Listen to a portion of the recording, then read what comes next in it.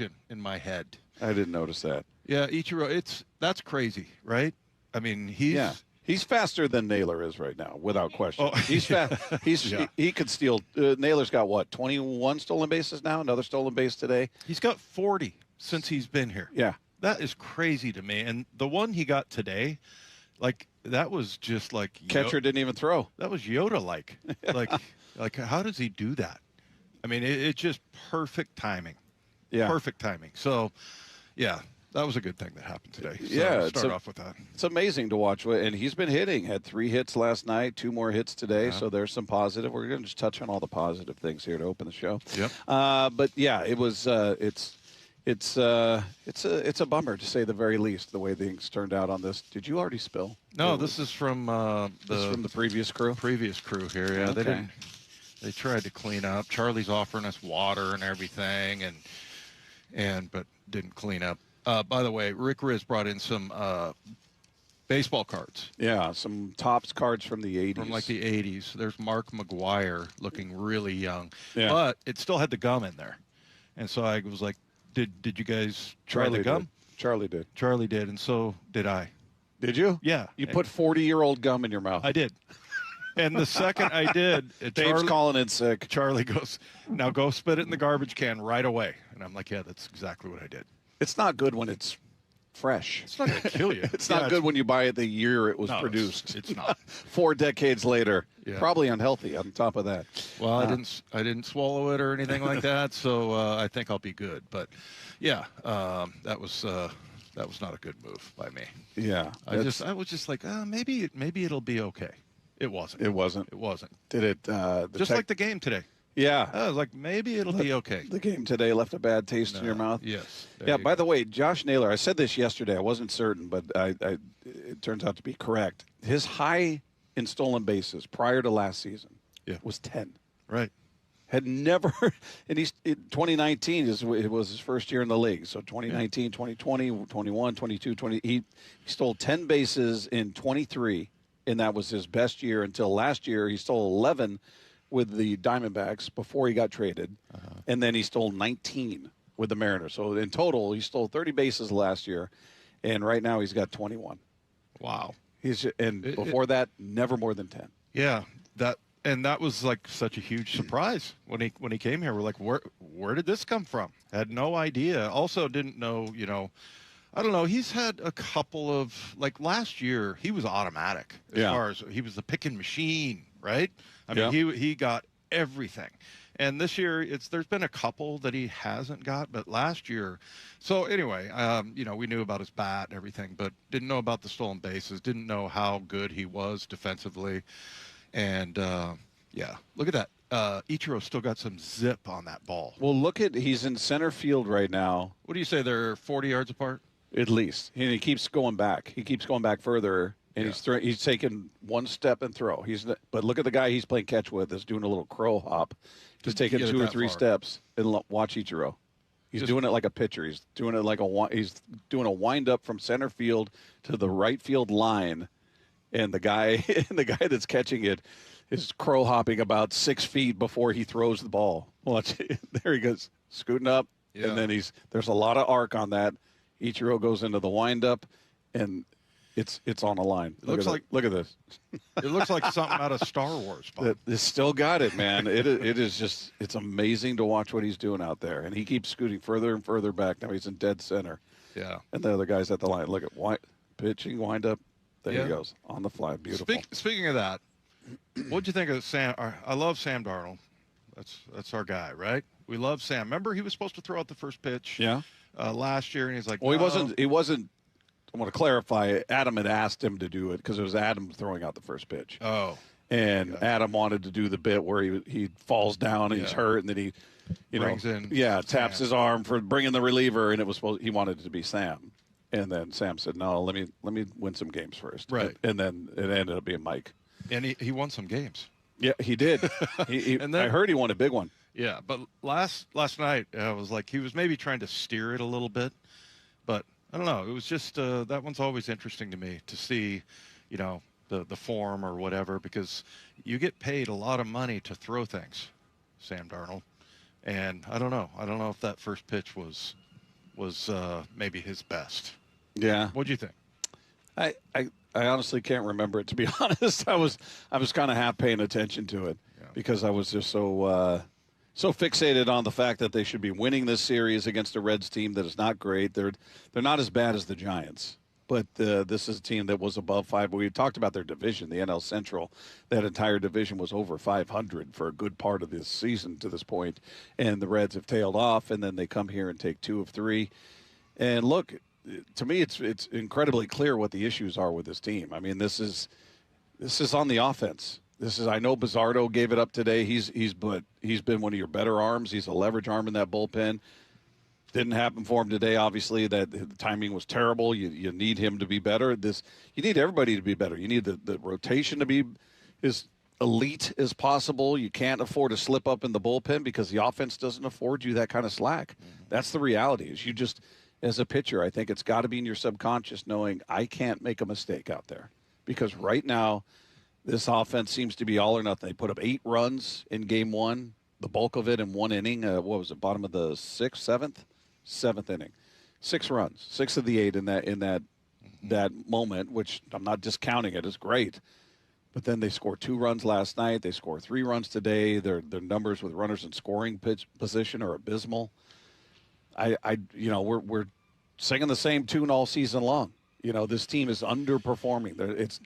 I know there are some saying, no, they're a bad team. They're not. No, there's talent on this team that is not playing up to their capabilities. Yeah. That's the reality. This team's not devoid of talent. It's the talent that you have, not stringing it together for periods of time or not getting it done when you've got runners on in the scoring position. This team has just been miserable with runners in scoring position. Yeah, and the Bizzardo thing was kind of out of left field a little bit because, I mean, in Tampa, he got, lit up for a couple of runs. But other than that, the rest of his outings in July has been zeros as far as earned runs go. And, only a couple of hits other than that game against Tampa. And, yeah, that was surprising to see that. So, yeah, I thought it was interesting. Emerson Hancock in his press conference, somebody asked him some question about what's going on with this team, and he was like, we really don't know. Like, you feel like you got great pitching, you got an okay bullpen, but then you've got some guys that can hit that just aren't. Yeah. So I mean, yeah, and I don't. You saw the other night with Cal and thinking maybe that's going to be the one where, he takes off. And, same thing with Naylor last night. And, it really it's been a very frustrating year. And you can kind of hear it in the players' voices. Well, you just, being down in that clubhouse after the game, it's like, again, being in a library or being at a funeral. It's very quiet. It sucks. You're talking to the other media guys, but you're whispering. Yeah. Hey, so what did you see there?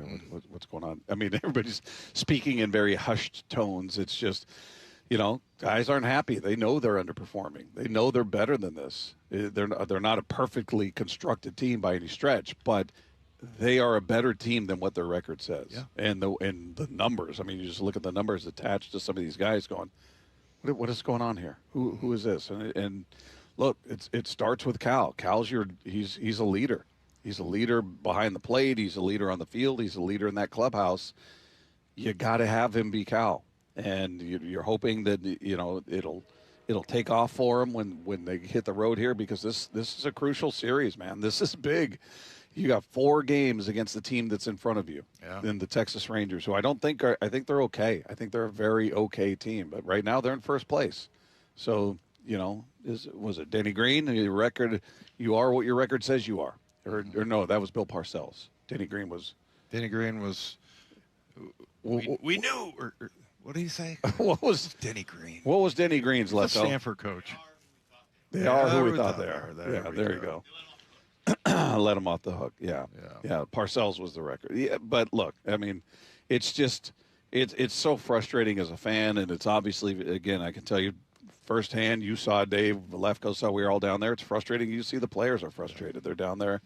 Nobody's laughing and smiling. Nobody's high-fiving or blaring music or anything. It's kind of a morgue down there. And this is where it falls on Dan and the coaches and Edgar and everybody else. Everybody else has got to figure out, how do we put ourselves in the best position to succeed here? with the limitations that we have, with guys who just, for whatever reason, are not finding it.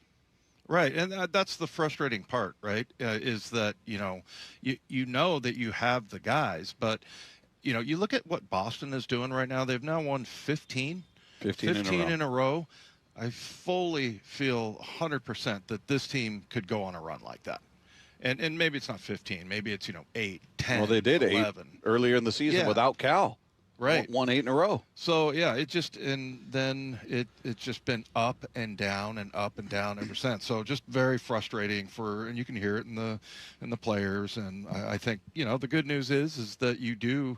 I mean, I have not stopped believing in this team, and you do feel like, okay, maybe it takes getting Brendan Donovan, healthy, but. Yeah, I mean, and Julio going, consistently, and Cal has been in and out, So I mean, it just seems like they are set up to do it, and that's the good news. But yeah, the bad news is that it just continues. And I thought by the All-Star break that they had put it together. The Mariners' 50th season celebration weekend begins on August 7th. We want to send you and a friend to be part of the celebration. Now, you'll get the chance to watch batting practice before the gates open, then stick around for the game and the Alumni Home Run Derby featuring our good buddy Ryan Rowland-Smith going up against that guy Ichiro out there. That's why he's practicing, by the way. He's out there. He's intimidated by Ryan's presence. So he's like, if I don't put in this extra work, right? I'm going to be shamed by this guy. So, yeah, that's why Ichiro's working. But they're all going to be part of it. It's going to be a lot of fun. And then you've got to enter, all you need to do is open the Seattle Sports app. Now, if you don't already have the app, very easy. Just text the word app, APP, to 866-979-3776. We'll send you a link to download it. It's totally free. And you can enter every day to increase your chances to win. The contest runs through Monday, July 27th. Meanwhile, a familiar problem has reared its ugly head against the Reds. We're going to get into possible ways to fix that. Coming up next as we continue live from T-Mobile Park, it's Wyman and Bob. This is Seattle Sports on 710. Back on February 8th, the countdown started at 167 days. 3, 2, 1. Right after the clock showed zeros. The Seahawks win Super Bowl 60. The champs are back on the field in just 3 days when Seahawks training camp begins. We know that we're target number 1 now. And nobody covers Seahawks training camp like the home of the Super Bowl champs. Seattle Sports. Hey, what if I told you a local credit union is giving members up to $30 per month just to make everyday purchases? It's Dave Wyman here, and when I heard about the offer from Harborstone Credit Union, I said, sign me up, and that's what I did at harborstone.com/cash. You know I'm not a tech-savvy guy, but opening a checking account was really easy. It was easy enough for me to figure out, so you can do it. I got my PNW cashback checking account for free, no fees or minimums, and when I make everyday purchases with my Harborstone PNW cashback debit card, I earn up to $30 each month, and that means a lot to hardworking people. I'm talking about nurses and welders and mechanics and truck drivers, and my wife loves it when I get cash back on gas, groceries, coffee, travel, and lunch. All categories count towards your cash back. And you can even tap to pay. I figured that one out really easily. So if you live, work, or worship in the state of Washington, sign up for a membership with Harborstone Credit Union and get the PNW Cashback free checking account. Open your free account online, just like I did, at harborstone.com/cash, or visit one of their 29 branches across the Northwest. That's harborstone.com/cash. Insured by NCUA. Terms and conditions apply. On BritBox, there is a place where stories twist like cobblestone roads, grand manners hide secrets, and stakes are higher than seaside cliffs. Find places worth getting lost in on BritBox. Watch new series like The Other Bennett Sister from the world of Jane Austen and A Woman of Substance starring Golden Globe winner Brenda Blethyn. If you want to get away, you're in the right place. Stream the best of British TV on BritBox. Free trial at BritBox.com. Ryan Reynolds here from Mint Mobile. With the price of just about everything going up, we thought we'd bring our prices down. So to help us, we brought in a reverse auctioneer, which is apparently a thing. Mint Mobile Premium Wireless. How to get 30, 30, to get 30, to get 20, 20, 20, to get 20, 20, to get 15, 15, 15, 15, just $15 a month. Sold! Visit mintmobile.com/radio. Upfront payment of $45 for 3 months, $90 for 6 months, or $180 for 12-month plan required. $15 per month equivalent. Taxes and fees extra. Initial plan term only. Greater than 50 gigabytes may slow when network is busy. See terms. This is a special alert to all Americans who own a vehicle with less than 200,000 miles with an auto warranty about to expire or with no warranty coverage at all. Due to a decline in the economy, CarShield is announcing a low-cost month-to-month vehicle protection plan that is now available to the public to save any driver out-of-pocket expenses on future auto repairs. Call now to find out how you can pay almost nothing for covered auto repairs. Yes, you heard that correctly. Pay almost nothing for covered auto repairs. An open phone line has been established for all drivers to call for a free quick quote. Call 800-330-8323 now. Drivers who are covered will not have to pay for covered repairs again. This protection plan is at an all-time low. Additionally, drivers who activate this vehicle protection today will also receive free roadside assistance, free towing, and car rental options at no additional cost. Call us for your free quick quote today.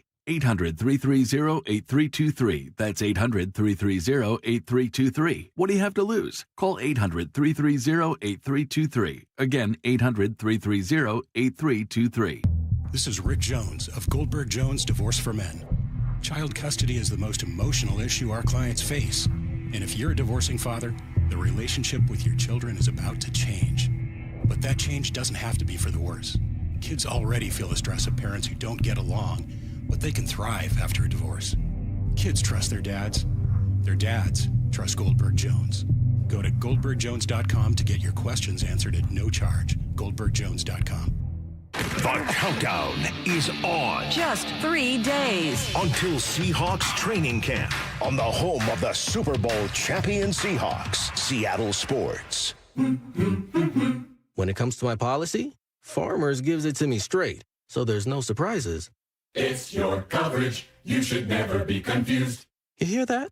An insurance provider with a conscience. We're a choir, but yes, we have that too. Straightforward coverage you can literally understand. That's what you get when you have Farmers. Bum, bum, bum, bum, bum, bum. Learn more at farmers.com. Underwritten by Farmers Truck or Fire Insurance Exchanges or Affiliate. Products not available in every state. Hey, Brock Hewitt here with my buddy Shannon O'Kelly from IRG Physical and Hand Therapy. Shannon, I get so used to hearing our pro teams in town talk about talent acquisition, being the lifeblood of their teams. At IRG, how important is talent acquisition for you? Brock, talent acquisition is everything. Here at IRG, we are looking for those people that want to be the best and the brightest. You know, our strength here at IRG is what I call our human capital. And our clinicians here at IRG are great, but we expect greatness. We provide them with ample mentorship opportunities, continuing education, advanced certification payment, in addition to providing Con Ed. When they receive advanced certifications, we also increase their base salary because they've improved themselves as a professional. They've improved their ability to provide great care, and that's what it's all about here at IRG. Great care. We want the best and brightest. With over 40 convenient locations, IRG is in your neighborhood. Find all the details at irgpt.com. Les Schwab Tires has always believed that taking care of people is the right thing to do. Today, that means more than trusted service. It means delivering real value, too. That's why we're lowering prices on hundreds of tires without changing the service and expertise you've always counted on. Consumer Reports named Les Schwab the best tire retailer for 2026. We'll keep working every day to earn your trust. See leschwab.com for details. This hour is serviced by the Lee Johnson Auto family. Wyman and Bob. From the Quantum Fiber Studio. Weekdays 2 to 7. On Seattle Sports and 97.3 FM HD2. We continue live from T-Mobile Park. It's Wyman and Bob, Seattle Sports on 710, seattlesports.com. Text line is there for you at 866-979-3776. You want to weigh in on what you've seen out of the Mariners. You've got the diagnosis for what's ailing them, or more importantly, you've got the cure for what's ailing them. We know what's going on. We just don't know how to fix it. They don't know how to fix it. They're at a loss. And 509 says, Captain Obvious here. The problem with the Mariners is simply consistency. All of us are required to be consistent in our lives, both personal and in the workplace. That's all anyone can ask of you. I'm not saying people don't have bad days, but this is getting a little ridiculous. I can't disagree. I don't, you're not wrong. You're not wrong. They are wildly inconsistent. This division is inconsistent. Nobody wants to just take this division and run with it, and it is right there. And I'm just going to keep repeating this until somebody's way out of it. But as bad as things have been for the Mariners, as inept as this offense has been, and as low as they rank in every category you've been repeating, Dave, about on base and hits and average and slug, all of that, they're towards the bottom of everything. They were in first place 2 days ago. Yeah. They're a game out of first place right now. As bad as we feel, as much as we look at what are they lose a series to the Reds. They get throttled in game 1 against the Giants, and they were still in first place after that. So it's right. They don't have to improve dramatically in order to win this division is the bottom line, because I don't see anybody else improving dramatically. The Astros or the Rangers, the A's and Angels are out of it. This is a 3-team race. Mm-hmm. And I don't see either of those other 2 teams just waking up, boom, and they're just going to hit the ground running. They rip off 9-10 wins in a row. Maybe they do, and I'll wear it if they do and go, well, I was wrong. But I don't see that happening. I think the Mariners, if they just, as we talked about over and over, just marginal improvements from the core. And in these last 2 games, you've seen it from 2 of them. You saw Julio hits a home run last night, hits a double today, so you're starting to see little more pop out of him. Small sample size. Saw Naylor in 2 games. He's got 5 hits, had 3 hits last night, had 2 more today. Those are the guys that need to step up. Julio, Cal, Naylor. Randy's been pretty consistent for the entire season, most consistent. But those are the guys you count on, because you're also in a position where you're relying on really young guys. And Colt Emerson, who's really been struggling at the plate. He's made some brilliant plays in the field, and he's had a couple moments here and there, but the league has really caught up to him. And he's trying to find it at the plate right now. And the same is true for Cole Young. You look at him in the last 2 games combined, they're 0 for 16. So that's part of the problem when you're putting that much on the shoulders of a 22-year-old and a now just turned 21-year-old. Yeah, Colt Emerson. It's a shame for him right now, because it's July. He's batting 119. That went up, because when I looked the other day, it was 114. Yeah. So it's trending the right way, Dave. There we go. And I don't think you can, get too pissed off about that. I mean, he just turned 21, so I mean, he's done great defensively, and it's what we saw last year with Cole Young. Right? Yeah. Remember, at the end of the year, they weren't even playing him. He looked completely overmatched, and right. So it's not fair to with the expectations for those 2 young guys in the middle of your infield, but yeah, it's just just when you think it's going to get going, and I thought really that the grand slam from Cal, I thought maybe that was going to be the moment. Maybe that will be something that will launch them. So, but again, in case you didn't hear the beginning of the show, I just thought it was for Emerson Hancock. It was the way he said it, where you were sitting in there. You were there, Bob. I was there. I heard him. It's like, yeah, we don't know. We really don't know what's going on. But yeah, the hitting part of it is very obviously the problem. I mean, as much as we've talked about the piggyback and the 6-man rotation and all that, their pitching is keeping them in it. But I think they have been saying this all year. I think this car wants to go faster, man. It's just not right now, and you have the pieces. Now, maybe that includes Brendan Donovan being healthy. You know, that's maybe a big part of it. And health has been in and out, like for Julio with the concussion thing and all that. Is he still wearing the glasses down there? Yeah, he was, I guess. I didn't see him with him on. Our guy Ryan Rowland-Smith said he was down there with him on. Yeah. But he's not, he was DHing today. He comes off the bench last night, so he's not fully healthy, but he was chipping in with some pop last night and a double today, which is hopefully something we'll see carry over onto this road trip, because you got 4 with the Rangers, you got the Dodgers coming up. I mean, this is the gauntlet here. Then you got the Twins, I believe, following that. So this is where this team is. You were looking at these 2 teams, the Giants and the Reds, going, this is where you pad your record a bit. Mm-hmm. You give yourself a little bit of slack, because this road coming up is tough. But that's the world they're in. By the way, the updated numbers on Colt Emerson he's hitting 111 after today in the month of July. So yeah, it's a rough go for him right now. The 425 says that Colt started drinking And now he can't. He just turned 21 and turned into a lush. And now he can't hit. It's already gotten away from him. Why. Yeah. That happened fast, didn't it? That is quick. That's a lot of drinking. Oh, man. But no, he'll be fine. He'll be fine. Somebody 206 says they need to get in a big brawl. Maybe. Big brawl going. How about Maybe. that? Yeah. At this point, I can't dismiss anything. Let's see. Cal needs glasses. Can't miss a ball down the middle that bad.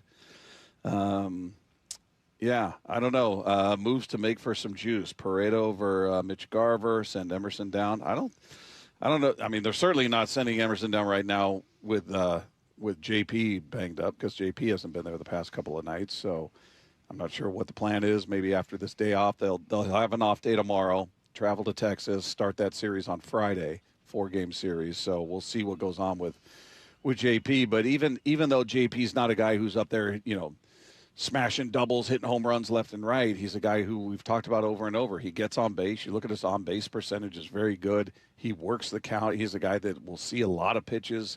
So there's a value to him out there. And you're missing that in the lineup. So it's I don't know. It's sort of the perfect storm of injury and underperformance from key guys. And then you got young guys where you're just not going to get that consistency. Yeah.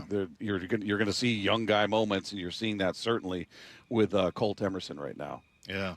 Well, and this is crucial coming up here. I'm stating being Captain Obvious myself, but you're going up against an AL West team for a 4-game series.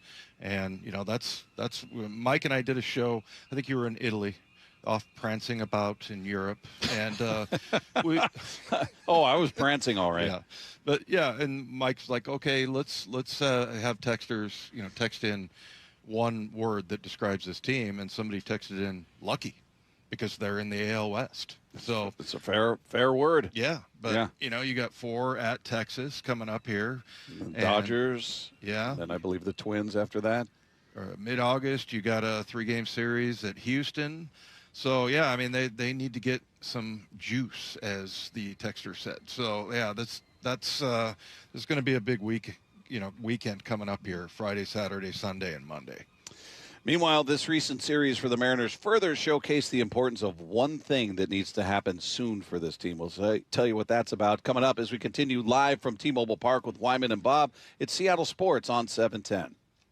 Jeff Passan, every Tuesday morning at 8:30 with Brock and Salk. The problem that I'm seeing right now, Brock, is the absolute mediocrity of the American League has a chance to completely upend our expectations of what a trade deadline looks like. That because the standings are so flat in the American League, this could be a molasses slow deadline. Get more on the Seattle Sports YouTube page and the Seattle Sports app. It is that time of year. The weather's beautiful outside. Love getting out on the motorcycle every chance I get. I am out there on it, and it's good to know if things go the wrong way, if I happen to lay it down for the first time, knocking on wood right now, hasn't happened yet, that I've got somebody like Law Tigers in my corner, because when the unexpected happens, you need more than a lawyer. You need somebody who understands the ride. And for 25 years, the Law Tigers have helped thousands of riders with only one mission: to serve the motorcycle community. And with Law Tigers, you never ride alone. So should you find yourself in that awful situation of dealing with an accident, they are there to help you 24/7. They're going to help you get your bike and your gear repaired or replaced, because they know what those things mean to you. And that's why riders have trusted Law Tigers the way they have, because it's not just what they do, it's who they are. Law Tigers, 25 years strong and still riding with you. So if the worst happens for you, you find yourself in a motorcycle accident, here's what you do. Call 1-800-LAW-TIGERS or visit lawtigers.com. The Law Tigers, Washington's motorcycle lawyers, Cook Law Office, PLLC, 539 Broadway, Unit 104, Tacoma, Washington, 98402.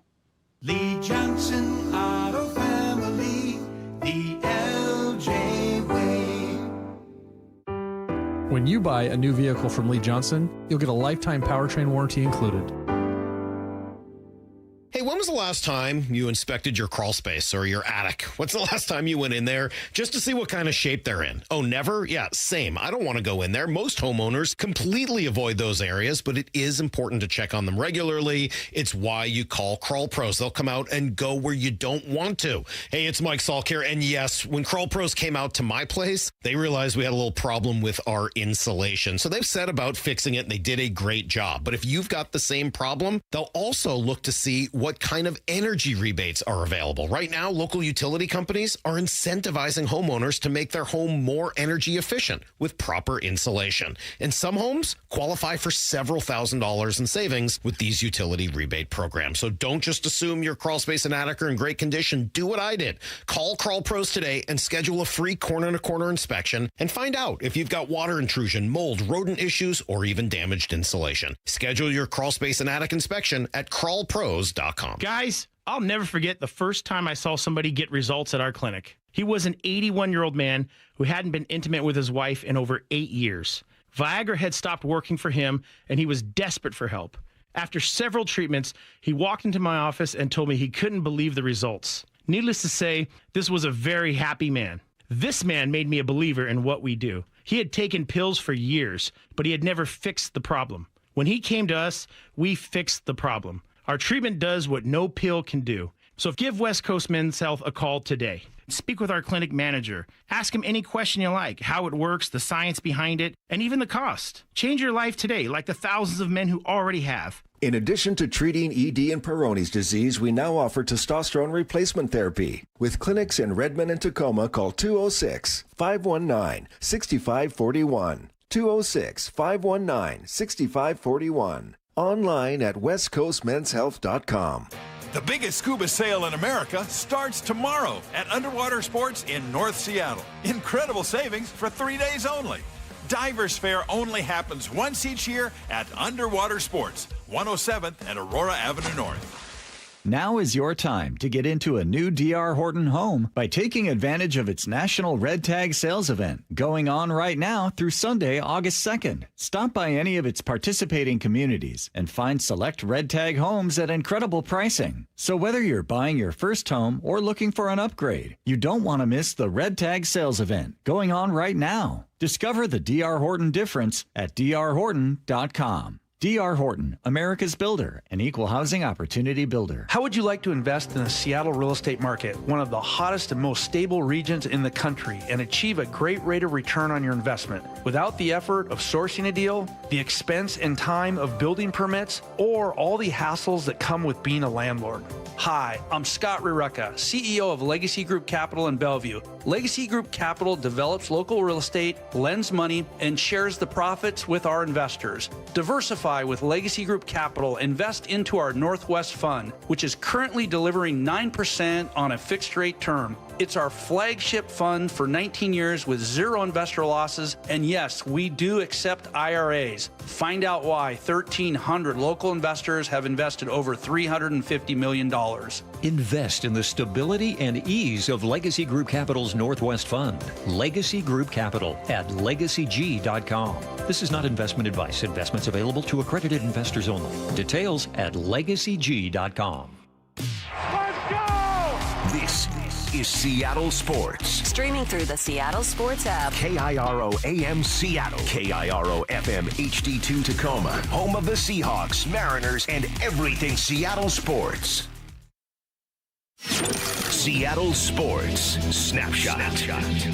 Well, the Mariners dropped the finale to the Reds, 5-3 the final. They lose that series. Now they get the day off tomorrow before they begin a 4-game series in Texas with a team that's currently sitting atop the AL West, the Texas Rangers. So that series starts tomorrow. Meanwhile, taking a look at your scoreboard, some finals from earlier. Beyond the Mariners, the Cardinals beat the Angels 1-0 in Anaheim. It was the Diamondbacks over the A's 15-5.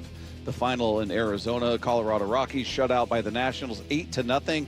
Royals edged the Giants 5-4. It was the Brewers over the Mets 4-3. And in game one of a doubleheader, the Red Sox extend their winning streak to 15 games when they take out the Orioles 6-3. Pirates take care of the Yankees in New York in 10 innings, 5-3. Now, game's going on right now. Dodgers up on the Phillies 3-2 in the bottom of the fifth, bottom of the fourth. Guardians trailing the Twins 7-4. No score between the Yankees and Pirates in game 2 of that doubleheader. That one in the bottom of the fourth. Blue Jays and Rays tied at 1 apiece in the top of the fourth. And game 2 of the doubleheader with the Red Sox and Orioles. Right now, top of the third. Orioles threatening to end this winning streak. They are up 4-0 over Boston. Snapshot brought to you by Miller Lite. When it's game time, it's Miller time. This hour is brought to you by Fast Home Services. From the Quantum Fiber Studio, this is Wyman and Bob. On Seattle Sports. Streaming live on the Seattle Sports app and at seattlesports.com. Now, here are your hosts, Dave Wyman and Bob Stelton. We continue live from T-Mobile Park. It's Wyman and Bob. This is Seattle Sports on 710, seattlesports.com. Coming up, we had a chance to catch up with Logan Gilbert in the clubhouse after the game. He's always gracious with his time, and had a good, quick conversation with him. So we'll get that to you coming up at the bottom of the hour at 5:30. You guys, he was the perfect guy to talk to today, right? Because everybody was pissed off. Yeah, the rest of the room didn't seem to be in a talking mood. No. Yeah, and I was like, what are we gonna ask these guys? I mean, it's just I don't know that anybody has any answers. Just like Emerson Hancock was saying. So, yeah, it was. And Logan, he's a gem of a person, and of course he gave us a great interview. So you'll definitely want to tune into that. One of our favorites. Yeah, that's coming up at 5:30. Meanwhile, we saw, we touched on this when we opened the show. If you're going to look at the positives of this series, which I know people love to do, it's starters all gave you a chance to win. Starters did their job. Luis Castillo, who's everybody's favorite punching bag, and of the 6, he would be my 6th. He would be in the 6th spot for me, but he's been better as of late, and he gave you 7 innings, man, and 3 runs. He did his job. Quality start, kept his team in the game. Regardless of how you feel about him, he did exactly what you needed him to do, go deep into a game. And that's not something he normally does. He's not a guy that goes 7 innings. You look at his game log, it's just not, he barely goes 6. It's just not what he does. But he gave you 7 and 3. You couldn't get anything with it. Couldn't do anything with it. Today you get a quality start out of Emerson Hancock. 6 innings, 2 runs. Another quality start. You had Bryce Miller, who even on a day when he had a blister going, he was an out away from a quality start. 5 2/3, 2 earned runs. Seems like that's happened to him a number of times. I think blister. No, that he's like a third of an inning away from getting a quality start. Yeah. So, but yeah, I mean that was refreshing to see. He threw 101 pitches, and yeah, I mean it just seems like in general, what they pulled Kirby the other day after 80. Yeah. Yeah, which is I don't know. It worked. That was the one that they won, but it was one that. At the time, everybody, I remember tweeting out, great game by Kirby, great start by Kirby. Why did they pull him? What's he doing? And I'm like, I don't know. I don't know what, if they saw something or maybe he just felt fatigued. And then we heard Dan after the game say, hey, it'd been a while since he pitched, so we wanted to keep his, keep that in check. And we thought that was a good spot. It was a bold move because you were only up 1-0 when they did that. Your offense was not providing much, and then that's when they blew up the offense in that game. But your starters have done their job, but you feel like, and we asked Logan about this, just a little bit more pressure to go deep into games because you're down one man in the bullpen by virtue of carrying 6 starters. Mm-hmm. You've got 1 less in the bullpen, and then on top of that, you're without Brash, who's one of your leverage arms in the bullpen. So, you're dealing with a shorthanded staff there, and that's how you get into games where Rucker is on the hill in leverage situations, and you can't have that. Yeah. So, and we've talked about this, is the 6-man, we haven't heard the team, Dan or anybody else mention piggyback in a while, so I don't know if that's going to crop back up, but the 6-man is what's in place right now. I've got to believe once the trade deadline is done, that's done. And that's not based on anything they've said. I'm just guessing. You can't go through the rest of the season. These games are too crucial to have a short bullpen and have arms that aren't your leverage guys, especially if you have to burn the leverage arms earlier in the game the way they have a couple of times, and it's come back to bite them because you didn't have any of them available when everything was on the line. Yeah, I think we talked about this yesterday, and I can't remember the guy that was being interviewed, but I think a couple of things. I think that it does get to pitchers that if your offense is struggling that bad, that you have to be a little bit more careful, because a lot of times, and Logan will answer this question, but I think a lot of times it's the thing that you say is no, I'm just out there trying to concentrate on what I'm doing and everything, but. Yeah, it has to, right? I mean, that's just human nature. Yeah. It has to get you, creep into your mind that, hey, I better be careful here. Or, I don't think we have the offense if I, leave one in the middle of the plate. Is it, are we going to be able to get that back? And, I think that definitely does creep into their minds. The other thing was, the guy that was on with Bump and Stacy was saying that, pitchers, I know we don't judge them based on wins and losses, right? Their record, but those have been completely devalued. Yeah, but they care about them.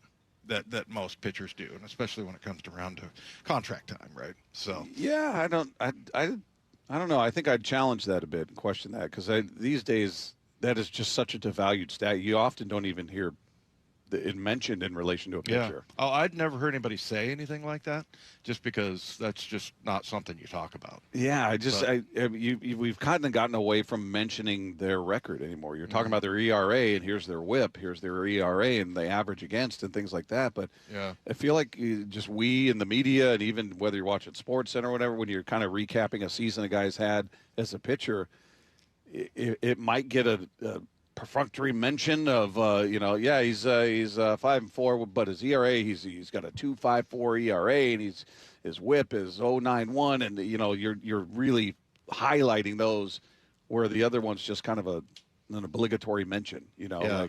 One of them that stood out to me the other day. Well, last night? Chase Burns. Yeah, he was 11-1. Yeah, he's 12-1 now.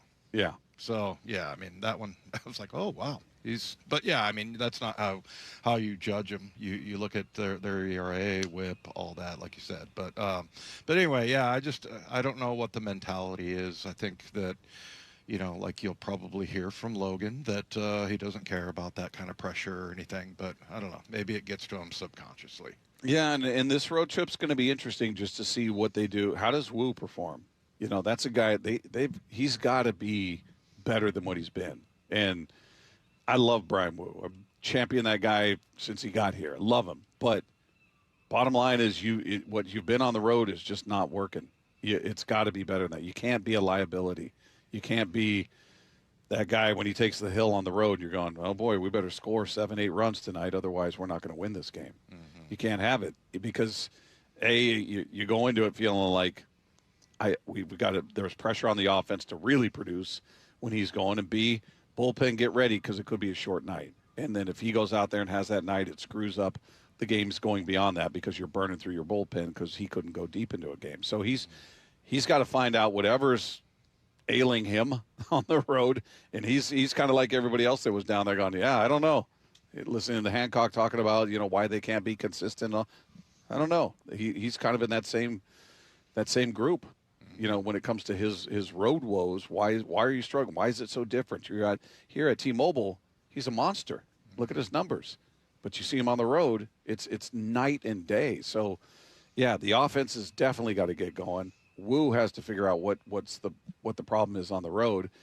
But again, I'm just going to go back to what we said in the beginning. I don't think it's going to take monumental steps forward from these guys to capture this division. They are lucky. You talked about a texter sending in that, one word to describe the team, lucky. He's right, or she's right, whoever sent it in. Yeah. Absolutely, because the division is so down and nobody's running away with it. They don't have to have this massive improvement 1 through 9 in life. If they did, they'd absolutely run away with the division. But just marginal improvements. Yeah. And that's going to get it for them. Well, now we're starting to get texts about this is Willem in Maple Valley. Fellers, why is he calling us fellers? That's off to a bad start. Country. Please read me out. Please correct me if I'm wrong, but didn't both the Boston Red Sox and Philadelphia Phillies fire their head coaches earlier this season when both teams were absolutely miserable? Yeah. Yeah. So that's starting to crop back up again about Dan. So Well, at some point when you start running out of answers and you look to your leadership and they're kind of palms up in the air like, I don't know, you better find somebody who knows. You better find somebody who's got an answer, or at least another method or another approach or another button to push. I've never managed, so I couldn't tell you what he's doing right or wrong in that clubhouse, or if he's got the respect of the clubhouse. Players seem to like him from what I can tell, talking to the other, beat writers around there and everything. I don't think there are any, personality clashes with him at all, but do they need somebody to come in there and be more of a butt kicker, somebody who is going to flip over the spread and say, what we're doing here is just not acceptable, man. We're not going to tolerate it. Does that work? I don't know. It's worth a try. I mean, at this point, being the nice guy hasn't worked. I don't know in terms of, the pieces he's got. He's got who he's got. You don't have the magic solution sitting on the bench, and we're all going, well, why aren't you playing this guy? Mm-hmm. That guy doesn't exist right now. Yeah. You got Garver on the bench. You got guys that you're playing right now, and Weston Wilson. You're playing your backups, and in some cases they're doing some good things. But I don't know how he gets Cal to be Cal again. Yeah. Is that more Edgar, and is that more Magianis? Is that more Seitzer that we should be looking at them, or do we look at Dan as the overwhelming tone setter for the entire group, and there's something he's not doing? I don't know what the answer is. I honestly don't. And to their point, it's a fair point. Other teams have been quick to pull the trigger on that. I don't know who would take over. The season's there to be had, right? It's not like, hey, these guys are 8 games out of it. They're buried in the cellar. They're 1 game out of first place. This division is there to be had, as bad as everything feels, or as uneven as it's been. I don't know. Is firing Dan right now, and I don't know who takes that spot, who you feel like's a better option that's available, or it's going to be, somebody on the staff here. Are they going to play better? I don't know. Ralph in Crossroads. Apparently, it's on us, Bob. Because he said... you and I? Yeah, he said Am's back below 500, 1 game back of the Rangers. What are you guys going to do about it? I'm going to put in more time in the cages down there. I'm gonna get my swing in order and be ready to go if they need a right... I can be the right-handed bat, Dave. Yeah. I'm a right-hander. I'll go ahead and volunteer my services. We do need that. You crush lefties. What are you guys going to do about it? I'm going to march into John Stanton's office right now and say, go get everybody. Go get whoever is possibly available at the trade deadline. Every known right-hander out there. You go get them. Yeah. Well, talking about flipping the spread, or, Dan basically, going ballistic or whatever. What if he'd have done that today because some idiot left their phone ringer on, and that happened today? Can you imagine though, if all of a sudden in the Dan press conference? Yeah, in the press conference, that all of a sudden Dan just snaps and it's on me because my ringer was on. That would be would have been fun. It was just one ding, but I would take it. I would take it. He'd I would have been yell. Fumbling to get my phone on record so I could watch it all on tape. Oh, I thought you said you were going to help me with some karate chops. I'd been like, Dan, could you hold your rage for 1 moment here? Hold on. Let me just get this. Oh, no, that's a picture. I had it on picture. I'm sorry, Dan. Could you start over when you called him an idiot? And go. Well, that's just simply because I have no control over my phone whatsoever. But, yeah, I mean, that was kind of a horrifying moment. But luckily you were in the back on the couch tucked away. Exactly. But, yeah, I mean. Did it get warm? Did you start feeling kind of hot? Not really, because nobody turned around except you. I said, this is coming from a familiar area. Yeah. Hi, Dave. Yeah, but I mean, all of a sudden he snaps and, just screams and yells at me and everything. And then the Mariners take off. He starts becoming a hard ass. He starts. You're a hero. And I would be the reason. All because Dave left his ringer on. Exactly. There you go. That Wyman, he did that on purpose. He knew. I knew. He knew that was the right button. Well, that's what I was going for. So, Dan, is this making you mad? I could have more friends. Text me if you'd like. Yeah, if you guys have the solution, would love to hear it. Love to hear the cure for what ails this team. 866-979-3776. By the way, the Mariners' 50 season celebration weekend begins August 7th, and we want to send you and a friend to be part of the celebration. It's going to be a lot of fun to see a lot of the top 50 all-time Mariners out here in Seattle. That's going to be really cool. How cool was it with the Seahawks? You know, for me, I got a chance to see some guys I had not seen in like 30 years. Yeah. And I think it's going to be awesome to have those guys back. And I think it's also really cool that both of those things, you know, taking place back to back. Yeah. Well, the other part is we don't even know who they are. I mean, we obviously Griffey's going to be there, Edgar, Buhner. There are obvious ones that are in the top 50, but when you start going down the list and just naming 50 players, you start getting to, 35, 36, 30. You're going, all right, who do I have left? Who's I hadn't thought about that they didn't divulge the top 50. We don't know who it is. Again, we know who some of the obvious ones that'll be a part of it, but there's going to be a lot of surprise there. I mean, I'm very anxious to see the full list and go, oh, I forgot this guy. Or, I can't believe I forgot that guy. So anyway, you're going to get a chance to watch batting practice before the gates open. Then you're going to stick around for the game and the Alumni Home Run Derby, which I am really looking forward to. To enter, all you need to do is just open the Seattle Sports app. If you don't already have the app, very easy. Just text the word app, APP, to 866-979-3776. We'll send you a link to download it. It's completely free, and you can enter every day to increase your chances to win. The contest runs through Monday, July 27th. So meanwhile, we saw last night, Julio didn't get the start. He was, we started talking about the injury he suffered when he was hit with the ball / hit the base hard. It's hard to tell what caused the pain because he grabbed the spot where he got hit with the ball initially, but then they were talking about him hitting the base hard. I was like, okay, well, so what does that mean? Did he pull something? Did he jam something? Did you wrench it? Did you jam it? Did you twist it? Yeah, I was thinking Seinfeld there. Like, could you expand on that a little bit more? What does that mean when you hit the base hard? Right. He didn't roll an ankle. We didn't see that. He wasn't grabbing that. Yeah, he was grabbing up around his hamstring. But anyway, so he comes in as a pinch hitter, and immediately everybody's going, well, if he can do that, how come he didn't start the game? Right. I don't know. Obviously, they're being careful with him. They felt it's we're going to err on the side of caution, and hey, we need him in this moment, so they brought him out there, and he hits a home run. It was great to see. Yeah. He also had another ball, credit to Ellie De La Cruz, hit a ball 110 miles an hour, and De La Cruz just caught it on a high hop, high bounce there, and hell of a pick by him. Yeah. Yeah, because Julio squared that one up, scorched it, but he made a great play. So he hit the ball hard twice. One of them left the yard, and then today he's a DH. He's not out in the field. So obviously they're managing something, whatever it is from hitting the base hard. They're managing that. But he had a double today, so we're hoping that's a sign of things to come on this road trip against Texas and the Dodgers. And then JP, he saw him sitting at his locker in the clubhouse after the game, and he didn't have a wrap on his wrist or anything. He didn't look like he was in pain. No. He's just sitting there. He seemed pretty comfortable.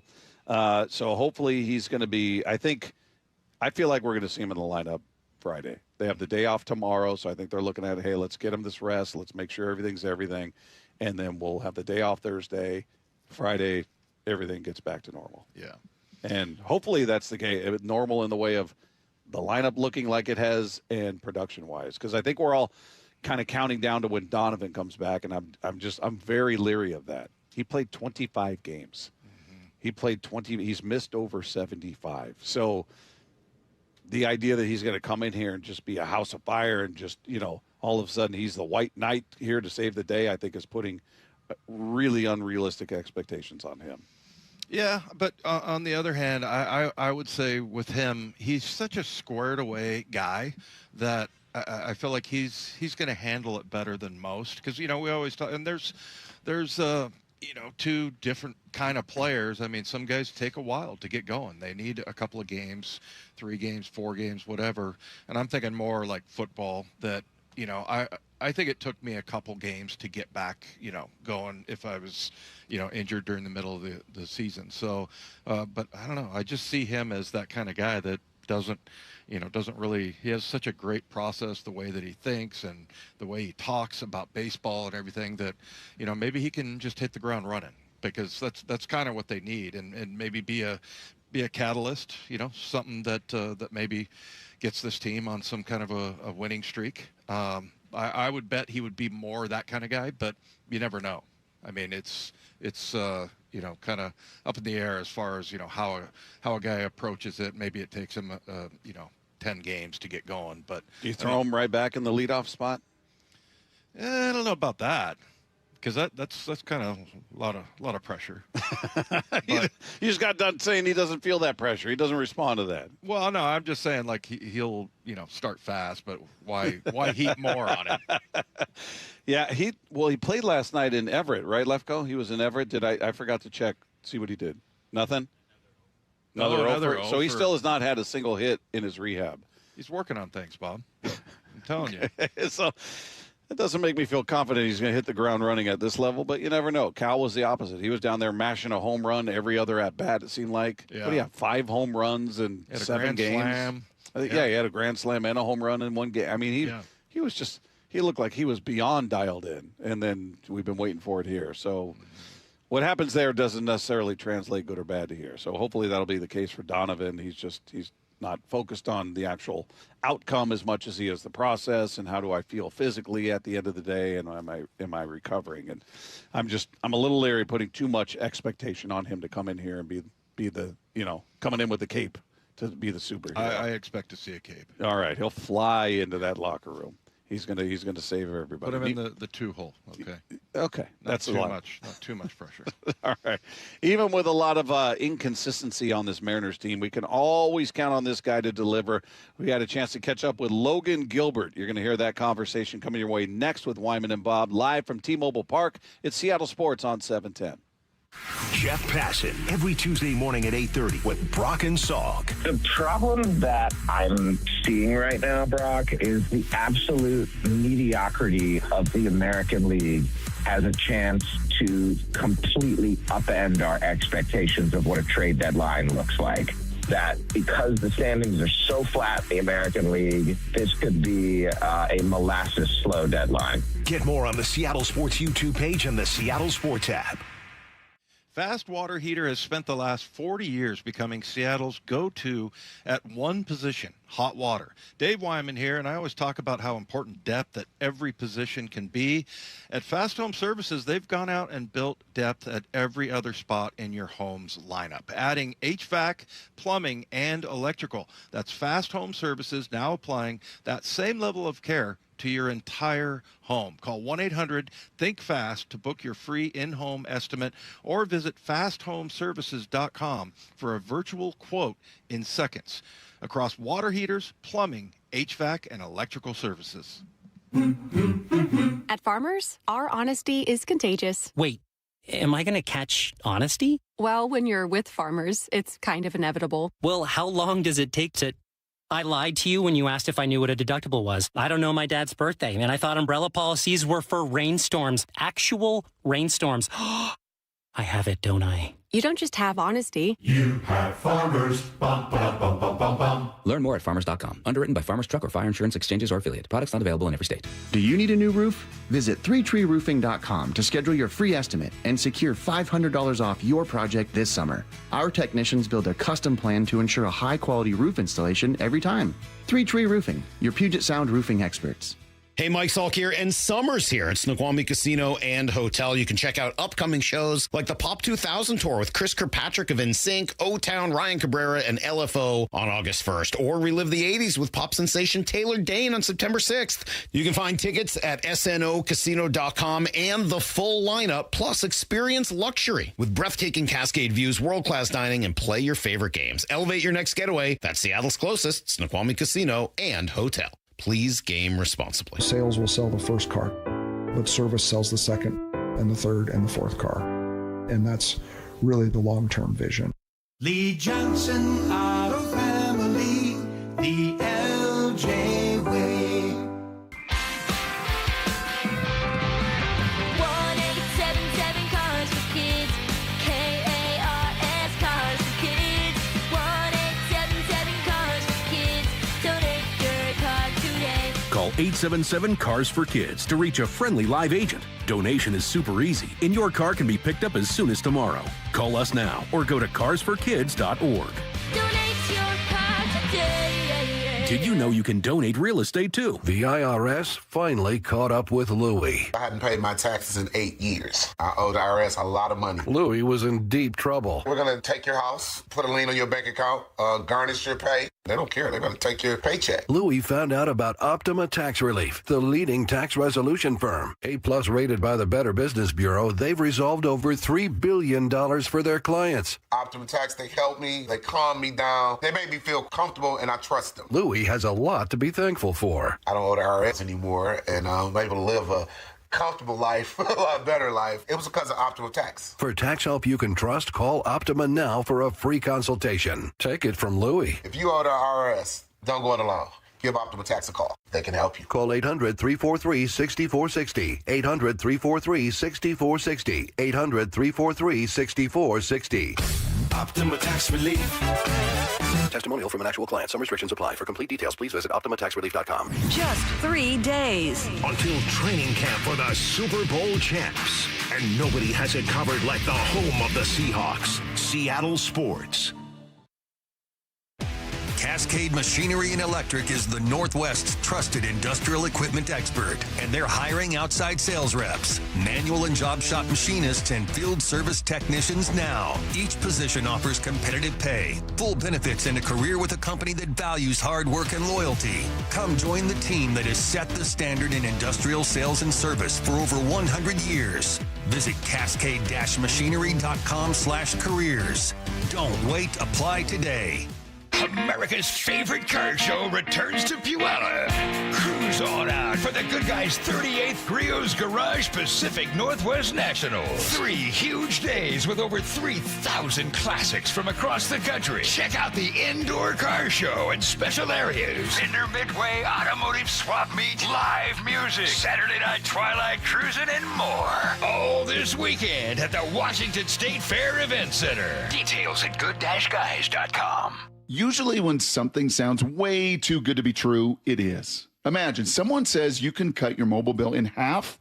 Sounds like a fantasy, but with Xfinity Mobile, it's the real deal. Because when you have Xfinity Internet, you can cut your mobile bill in half, plus try Xfinity Mobile free for a year, no commitment. That's a lot of streaming, sharing, scrolling, and whatever else you can do with your phone. All for half the price and none of the commitment. That means you'll save big over Verizon, AT&T, and T-Mobile. Wild. Now all you have to do is think about how you'll spend all that extra money. Call 1-800-XFINITY, go to XfinityMobile.com, or visit your local Xfinity store to switch today. Xfinity. Imagine that. Restrictions apply. Savings compared to one line of Xfinity Mobile Select to comparable plans from T-Mobile, Verizon, and AT&T as of 3/24/26. Taxes, fees extra. $30 monthly discount limited to new mobile customers only after 12 months. Regular rates do apply. So make the call today.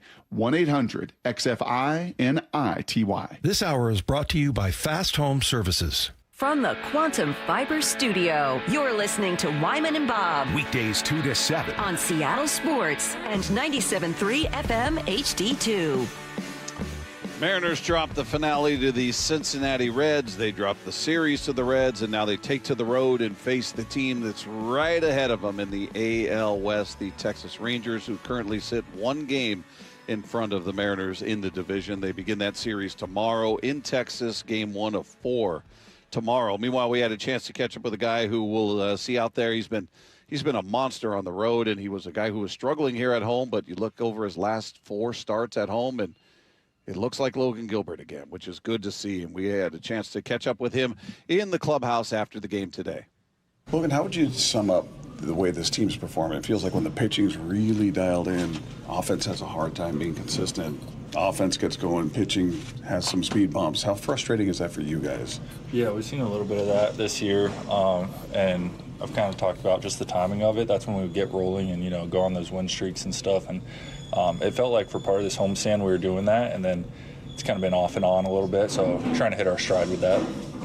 Yeah, we're just listening to Emerson Hancock in the PR room, and he's like, we don't really know. I mean, you guys have all the pieces. You have great pitching, and just things aren't coming together. It's kind of like you're kind of still trying to figure it out, right? Yeah, it's tough because it's not really something you can force too much. Most years when it happens, you're just kind of waiting on it and you let go and it ends up happening. But, we're definitely deep into the season now and still trying to hit our stride right there. But for a few weeks now, it seems like we've been right there.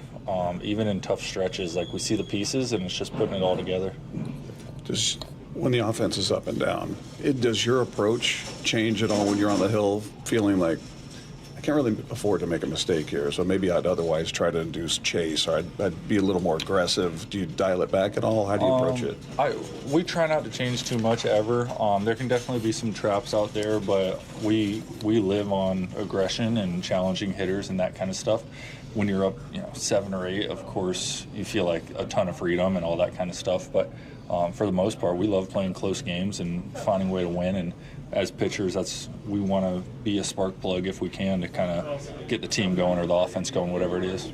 Hey, Logan, what are some of the challenges of like going to either the 6-man or the piggyback? Because we're kind of speculating on it, and I know that pitchers are very routine oriented and everything.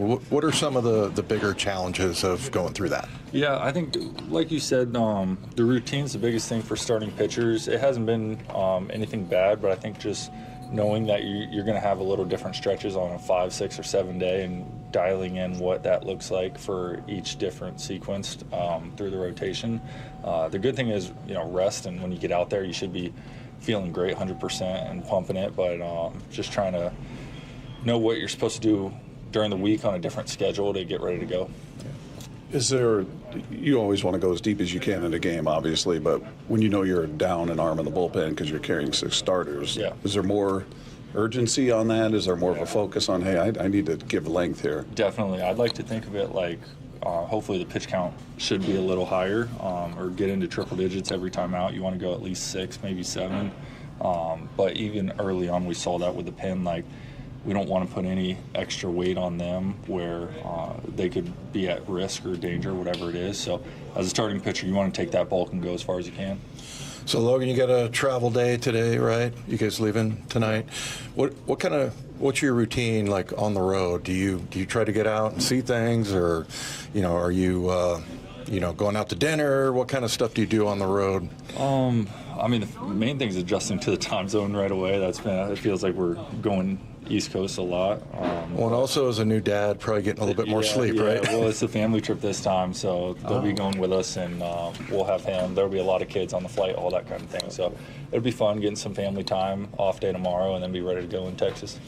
Hey, for you, what's changed at home? Your last 4 starts here have been Logan Gilbert starts, and it seemed like, for the first portion of the season, you were crushing on the road. At home, the struggles were happening, which was an odd split, but it seems like it's changed over the last 4 starts. Yeah. For you, what's different? I don't know if I could pick any one thing. I think I noticed that at the beginning, and I just thought it was weird. I wasn't like panicking, like, oh no, it's not going great at home. Most of us always throw good at home, so I was just like, I figure it's just a couple weird ones and things will flip and go back to normal, and that's kind of what happened here recently. But I think especially in T-Mobile, just challenging guys, throw the heater, make them swing it. Usually good things happen. So I mentioned you're a new dad, so that kind of gives you a little bit more perspective on life, right? When you come back and things aren't as urgent or critical, or when you look at your kid, right? Tell us about how that's been different this year. Yeah, it's the perspective with it, especially in a stressful job at times, and we all have high standards for the team, for ourselves, all that kind of stuff. But even on my bad days, right when I see him, everything else goes away, and it's just like, he sees you as dad. That's all it is to him. So it's been fun for me, and a lot of growth in that way. It's been good. How much at this point of the season are you watching what's happening in the division, checking the scoreboard, see what Texas did, what Houston did? You guys are flip-flopping between first and second place. So you're keeping an eye on that each night? I try not to get too caught up in it too early, but anywhere you walk in here, there's a TV on and you see scores and teams and games. But I think it's still a little early for that. But I know we got a big series here coming up, so everything's kind of in our hands if we play well. So we just try to take care of business. Have you seen the Red Sox and what they're doing right now? Yeah. Like, I feel like this team could do that at any point, right? I mean, you guys have the talent. Hopefully, you get healthy, but it just seems like this is a team that would do something like that, go on some kind of crazy run. Yeah, like you said, I think health is definitely a big part. But we've seen it multiple years in the past. I think 22, maybe 24, 25, like 10, 12 game win streaks. And of course, hasn't happened yet. But it's such a long season. Just like you, I feel like it will happen. It's just a matter of when. Yeah. Logan, we always appreciate you, man. Thanks for taking the time with us. All right, thanks, guys. There you go. There's Logan Gilbert, always a gentleman. What a nice guy, man. I told him before the interview, I go, hey, maybe if you're mean to us, we'll stop asking. We'll stop asking you. He's like, no, man, I love coming on with you guys. And he says he has a hard time saying no. Yeah. So I asked him to borrow money. Yeah, that's right. Can I get a loan? Yeah, he didn't answer me. No, our thanks to Logan. He's just such a gentleman and a hell of a pitcher. And it's good. More importantly, it's good to see him turn things around here at home. Like, and he clearly sounded like he wasn't panicked about it. It was just kind of weird. And then you look at the last 4 starts, and he looks like the Logan Gilbert we know and love again at home. So, yeah, I just don't think that can be a thing, and I was kind of joking about how maybe he should stay at a hotel the night before he has a home start. But I mean, it's just not, there's just a lot of statistical anomalies in Major League Baseball, and it's just a weird one, right? Yeah. Well, and we're dealing with it with 2 pitchers, no longer with Logan, it seems, but they were just polar opposites. Where Brian Wu, you look at his numbers here, you look at his splits, and he's just lights out at T-Mobile. On the road, he is just getting torched. Right. And the opposite was true for Logan. His ERA was barely over 1 on the road, and then you come here and get lit up, and you're like, what is happening here? Yeah. But he seems to have figured it out. Whatever was going wrong, or if it's just luck or the baseball gods, whatever you want to say about it, things have turned for him. So hopefully that'll be true of Brian Wu on the road, because he's just too good to be that guy on the road. That's not who he is. He was your ace last year. You look at him on the road, you look at him at home. He was that guy. He was very consistent wherever he was. Well, I mean, and then his outing in Miami, he went 5 innings, gave up 3 earned runs. So if he would have got the 6 in, he would have had a quality start. And talking about Wu? Yeah, Brian Wu. So yeah, hopefully that's the case. But he did get lit up in Pittsburgh, and he did get lit up in Baltimore and in Detroit. It's just weird, man. Yeah, it's a very strange. Well, and then it's very obvious too, because you look at you got a home game against Chicago, and he gave up 3 hits, 0 earned runs. They go on the road in Kansas City. He goes 4 2/3, gets 4 earned runs. Comes back home against Arizona, 7 innings, 0 earned runs. So it's just it's there. There's no question. But I just think it's going to be something that turns around. All right, coming up, what if we did know the exact way to fix the Mariners' offense? Well, we'd be making a lot more money, I can tell you that. We'd be in demand, Dave. But we're going to talk about that What If Wednesday, coming your way next with Wyman and Bob live from T-Mobile Park at Seattle Sports on 710. Seattle Sports, home of Bump and Stacy, weekdays 10 to 2. Safety Nick and Manwari on PUP to begin training camp. One thing I want to say about preseason PUP is it is not the PUP list to miss time during the season. It could be something real simple. And they're like, all right, he's already in good shape. He's been to all of our stuff. It's not like he's going to get lots of reps during the preseason games. I'm hoping it's just being really, really cautious when it comes to Nick and Manwari. Watch live or later on the Seattle Sports YouTube channel. Hey, it's Dave Wyman for Swedish Cyberknife, and on average, 1 in 8 men in the U.S. will be diagnosed with prostate cancer during their lifetime. Many treatments are available, especially locally, but I recently spoke with someone who underwent treatment for prostate cancer in February. Tim Hunter, a lifelong local radio host. Tim underwent Swedish Cyberknife treatment the week after the Super Bowl, and it was literally a week. All it took was 5 days in a row, with each session lasting less than an hour. And he chose Swedish Cyberknife because it was only 5 days of treatment versus several months with other treatments. On top of that, Swedish Cyberknife had by far the least interruption to his daily life. No surgery, no catheter, and the recovery was incredibly quick. And Tim heard about the Cyberknife treatment treatment from our radio commercials right here on this show, just like you are hearing right now. So if you, a friend, or a family member is diagnosed with prostate cancer, go to swedish.org/cyberknifeprostate. And remember, you don't need a physician's referral. Again, that's swedish.org/cyberknifeprostate. Treat prostate cancer with Swedish CyberKnife. In 2026, Bay Alarm celebrates 80 years of security. With burglar and fire alarm systems, 24/7 in-house monitoring, and local service, our promise to the Puget Sound remains the same. We got you. Learn more at bayalarm.com. When I'm catching up with friends or family, C-Star Restaurant and Raw Bar in Bellevue, it's where we go. A welcoming atmosphere, and I get to see my good friend, Chef John Howie. Hey, thanks, Brock. At C-Star, we're known for fresh local seafood, unmatched hospitality, and great value. Right now, enjoy a 3-course dinner in the lounge every night, starting at just $50. $50. You cannot beat that value these days, and it's only with Chef John Howie at CStarRestaurant.com, CStarRestaurant.com. Dealing with divorce and custody issues can be terrifying and very lonely, but you don't need to face it alone. Goldberg Jones has been helping Northwest husbands and fathers for more than 30 years. Thousands of men have put their trust in us. You can too. Learn more at GoldbergJones.com. This is the story of the one. As a maintenance engineer at a beverage manufacturing plant, he starts his day knowing every line is ready to run because Grainger delivers the industrial-grade products he needs to keep mixers, conveyors, and packaging equipment moving. With Grainger's vast selection of bearings, belts, and motors, he keeps operations running smoothly, so nothing grinds to a halt. Call 1-800-GRAINGER, click Grainger.com, or just stop by. Grainger, for the ones who get it done.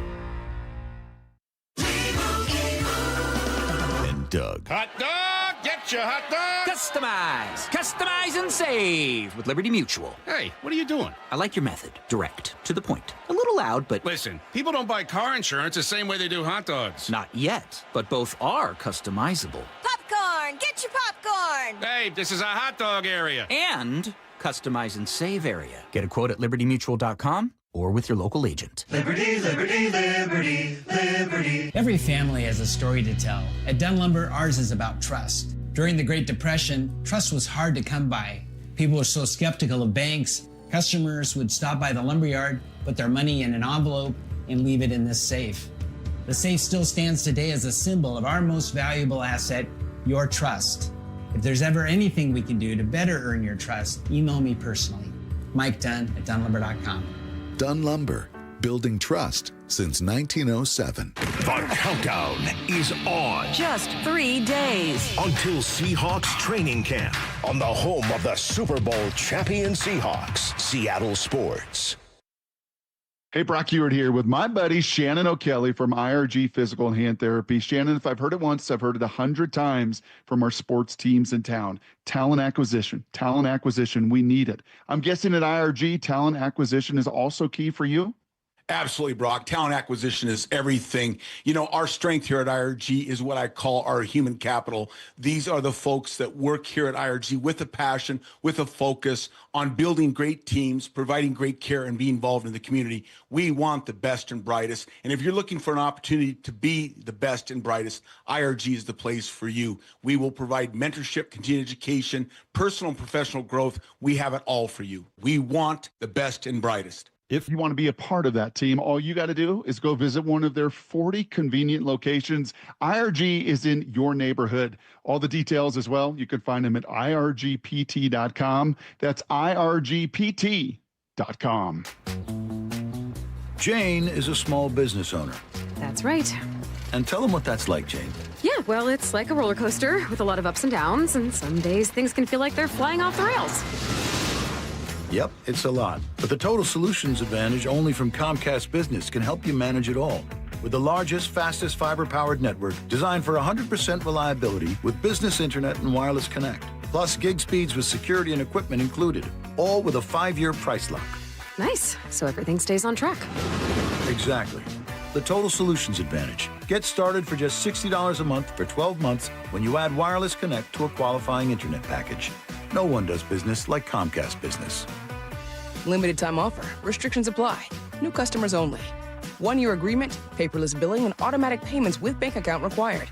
$60 offer requires 300 meg internet, security edge, and additional qualifying service. Equipment, taxes, and fees extra. What? What? It's time for What If Wednesday. Coach would have put me in fourth quarter. We'd have been state champions, no doubt. Wyman and Bob rewrite the scripts of major moves and moments in sports every Wednesday afternoon. Now step into an alternative reality with Wyman and Bob. It is What If Wednesday, which is presented by Mazda of Everett. And this is, I feel like this is an easy one, Dave. But what if the Mariners have been fully healthy all season, which isn't true for any team. Every team deals with injuries. It feels like they've had more than their fair share, but, this is, again, it's baseball. It's true of every team. But hypothetically, Cal never got hurt. Now, he still gets off to the slow start. He wasn't hurt to start the year. Does he work his way out of it? Maybe he was. I don't think he was, but I think he just got off to a bad. The WBC did not go well. It was not a great experience, and then it was just a slow start. Whatever. Julio initially off to a slow start. He got off to a much better start. Naylor off to a very slow start. Obviously, you started the season with Bryce Miller on the IL. You didn't have him, but Hancock was fantastic. So maybe if everybody's healthy, probably don't see Hancock. Right, Miller's in the rotation. We're not doing anything with 6-man or piggyback. I don't know if they bring him up to help with the bullpen at some point, or if he's still down in AAA. Again, assuming no injuries, JP's there. Donovan's at the top of the lineup doing his thing. What are we talking about with this team? Are we talking about a team? In my opinion, I think we're talking about a team that's running away with the division, up probably by double digits. Yeah, it's kind of scary to think that if they didn't have these injuries and they have the record that they have right now. We don't want to believe that. No. But no. I don't know. I mean, you look at Donovan and Brash as well. I mean, he's just special. They're both, I mean, they're proven. So, yeah, I mean, but sometimes I think that is like, maybe we're wrong. Maybe it's not because of the injuries. Maybe they just are going to suck this year. Yeah, well, I think there's some of that. I think there's some suck. And there's injuries. I think it's a combo. I don't think one eliminates the other. I think, but we've seen this team with the injuries. We just talked about it earlier today. They went on an 8-game winning streak. They didn't have Cal there. Yeah. They won 8 in a row. So, and you were doing that with Naylor wasn't performing. Julio was hot at the time, but you had other guys that weren't performing. You didn't have Bryce. So you were dealing with injuries. You were dealing with underperformance, and you found a way to do that. So. Yeah. I mean, I'm throwing it out. It's a little bit of hyperbole. They're up by double digits. Maybe they would be because it's more about them playing up to their potential if they're fully healthy. But you'd still maybe have guys who aren't finding it for whatever reason. But it's more about just this division has just been so bad. Yeah. That again, I don't think they need to be that much better than they currently are, which is not awesome.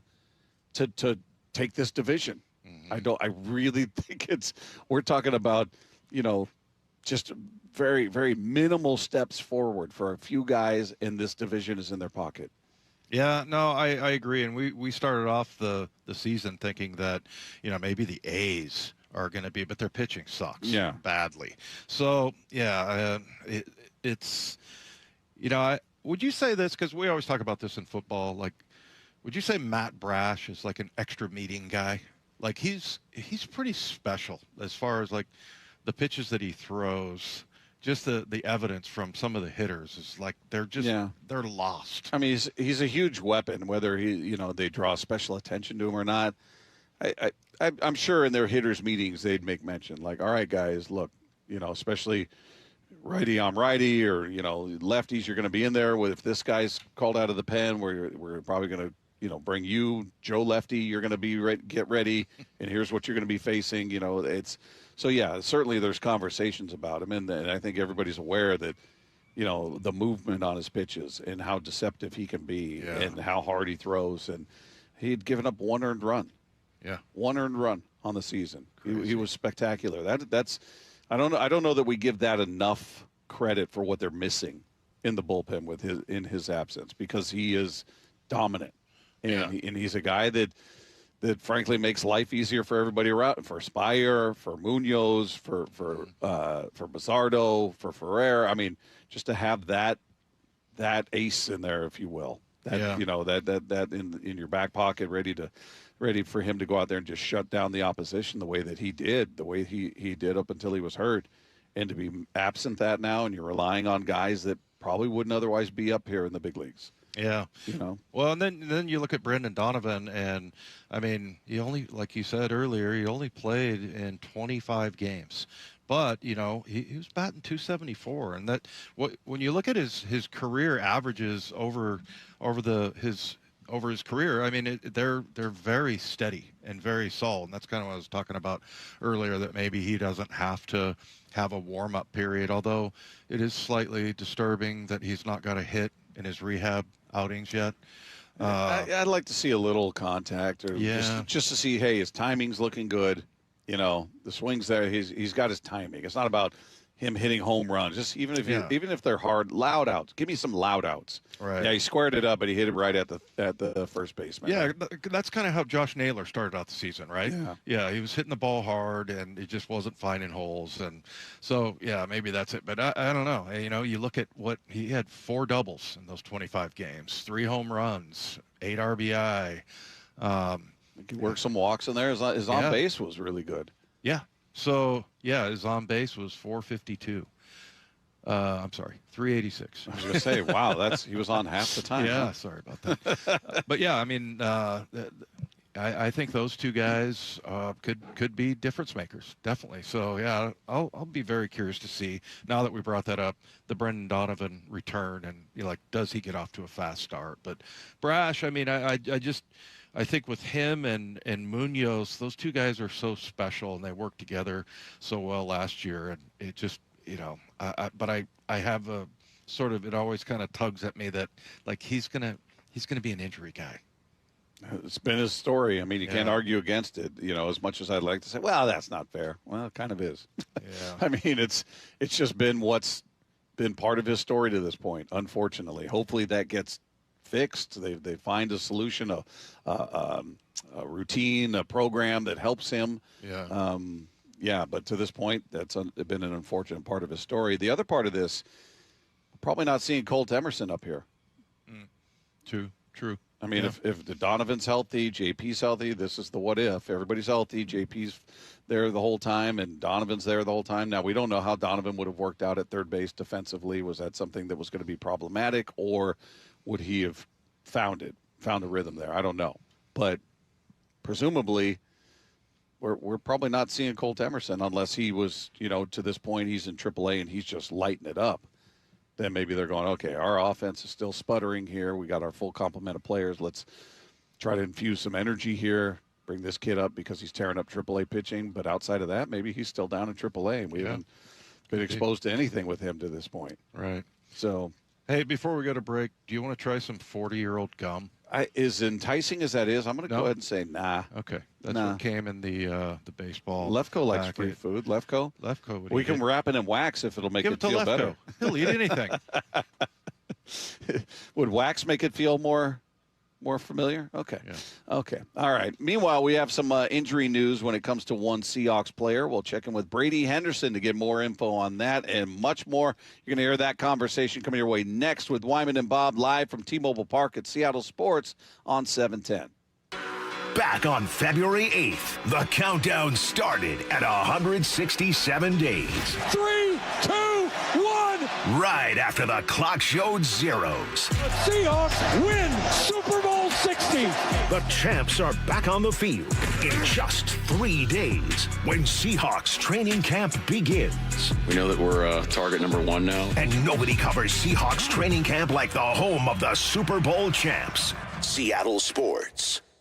Washington drivers share the road with thousands of semi-trucks, but new reporting and federal investigations have unveiled that as many as 1 in 5 of those trucks are operated by chameleon carriers, trucking companies that rack up crashes and safety violations only to close and reopen under a new name with a clean record. If you've been injured in a trucking accident, time may be running out to recover. Call Davis Law Group today at 206-888-8888 or visit davislawgroupseattle.com. This is for all you guys on Viagra. ED pills are no longer needed. The brutal side effects like 4-hour headaches, blurred vision, and that flush feeling can all be put behind you with our treatment. Here at West Coast Men's Health, we have a better approach to ED. Acoustic wave therapy creates blood flow circulation by safely removing the plaque in your arteries and restoring function naturally. Guys, let me be clear. Pills will never fix your problem. Our equipment is the latest technology, and our medical staff is the best in the industry. So give West Coast Men's Health a call today. Speak with our clinic manager.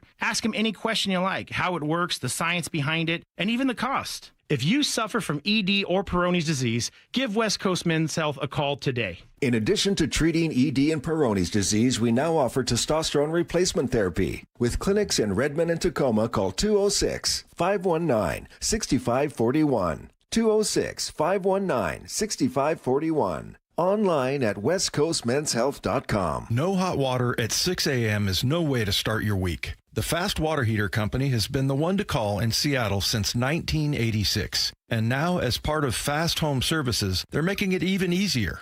Dave Wyman here. Get $200 off a new tank water heater or $400 off a tankless installation. Call 1-800-THINK-FAST to book your free in-home estimate or visit fasthomeservices.com for a virtual quote in seconds for water heaters, plumbing, HVAC, and electrical services. What is that sound? Ugh, that sounds like a plumbing sound. Luckily, there's a company that fixes all the plumbing sounds across Puget Sound. That's All Sound Plumbing. Puget Sound's plumbing experts. Have a sound? Visit allsoundplumbing.com. At Lake Washington Windows and Doors, we provide top quality windows that are 25% more energy efficient, reduce noise by 50%, and stay clear with low maintenance glass. With leak armor installation and lifetime warranties, you're protected for life. Visit lakewashingtonwindows.com. Valvoline Instant Oil Change presents Wisdom from the Road. Summer means wide open spaces and a whole lot of extra miles. The last place you want your engine to give out is halfway to nowhere. Out here, low oil or a weak battery is just an ambush waiting to happen. That's why every oil change at Valvoline Instant Oil Change includes an 18-point maintenance check. These techs are trained to help spot issues early and keep you riding easy. Valvoline Instant Oil Change. Change wisely. When it comes to my policy, Farmers gives it to me straight, so there's no surprises. It's your coverage. You should never be confused. You hear that? An insurance provider with a conscience. We're a choir, but yes, we have that too. Straightforward coverage you can literally understand. That's what you get when you have Farmers. Bum, ba, bum, bum, bum, bum. Learn more at farmers.com. Underwritten by Farmers Truck or Fire Insurance Exchanges or Affiliate. Products not available in every state. Longer days, warmer weather, and a stronger you all start at Top Fitness. Hey, Brock Hewitt here, and right now, check out the Top Fitness Big Sale in all 3 of their stores. Every category is on sale. Home gyms, weight plates, dumbbells, treadmills, and stair climbers like I've got. Great deals on display models, too. Have a home gym that needs some help? Get your rubber flooring and all the accessories you need. Get into Top Fitness with locations in Tukwila, Linwood, and Bellevue, or visit topfitness.com for more info. That's Top Fitness, your best place for home fitness equipment. This is a special alert to all Americans who own a vehicle with less than 200,000 miles with an auto warranty about to expire or with no warranty coverage at all. Due to a decline in the economy, CarShield is announcing a low-cost month-to-month vehicle protection plan that is now available to the public to save any driver out-of-pocket expenses on future auto repairs. Call now to find out how you can pay almost nothing for covered auto repairs. Yes, you heard that correctly. Pay almost nothing for covered auto repairs. An open phone line has been established for all drivers to call for a free quick quote. Call 800-330-8323 now. Drivers who are covered will not have to pay for covered repairs again. This protection plan is at an all-time low. Additionally, drivers who activate this vehicle protection today will also receive free roadside assistance, free towing, and car rental options at no additional cost. Call us for your free quick quote today. 800-330-8323. That's 800-330-8323. What do you have to lose? Call 800-330-8323. Again, 800-330-8323. Let's go! This is Seattle Sports. Streaming through the Seattle Sports app. KIRO AM Seattle. KIRO FM HD2 Tacoma. Home of the Seahawks, Mariners, and everything Seattle sports. From the Quantum Fiber Studio, you're listening to Wyman and Bob. Weekdays 2 to 7. On Seattle Sports and 97.3 FM HD2. Well, we're a week away from being out there at training camp. We'll be broadcasting live next Monday from the Virginia Mason Athletics Center, and a guy who will be there certainly front and center, keeping an eye on things on the field, does a great job covering the Seahawks for ESPN.com, is with us now. Brady Henderson is here. How are you, man?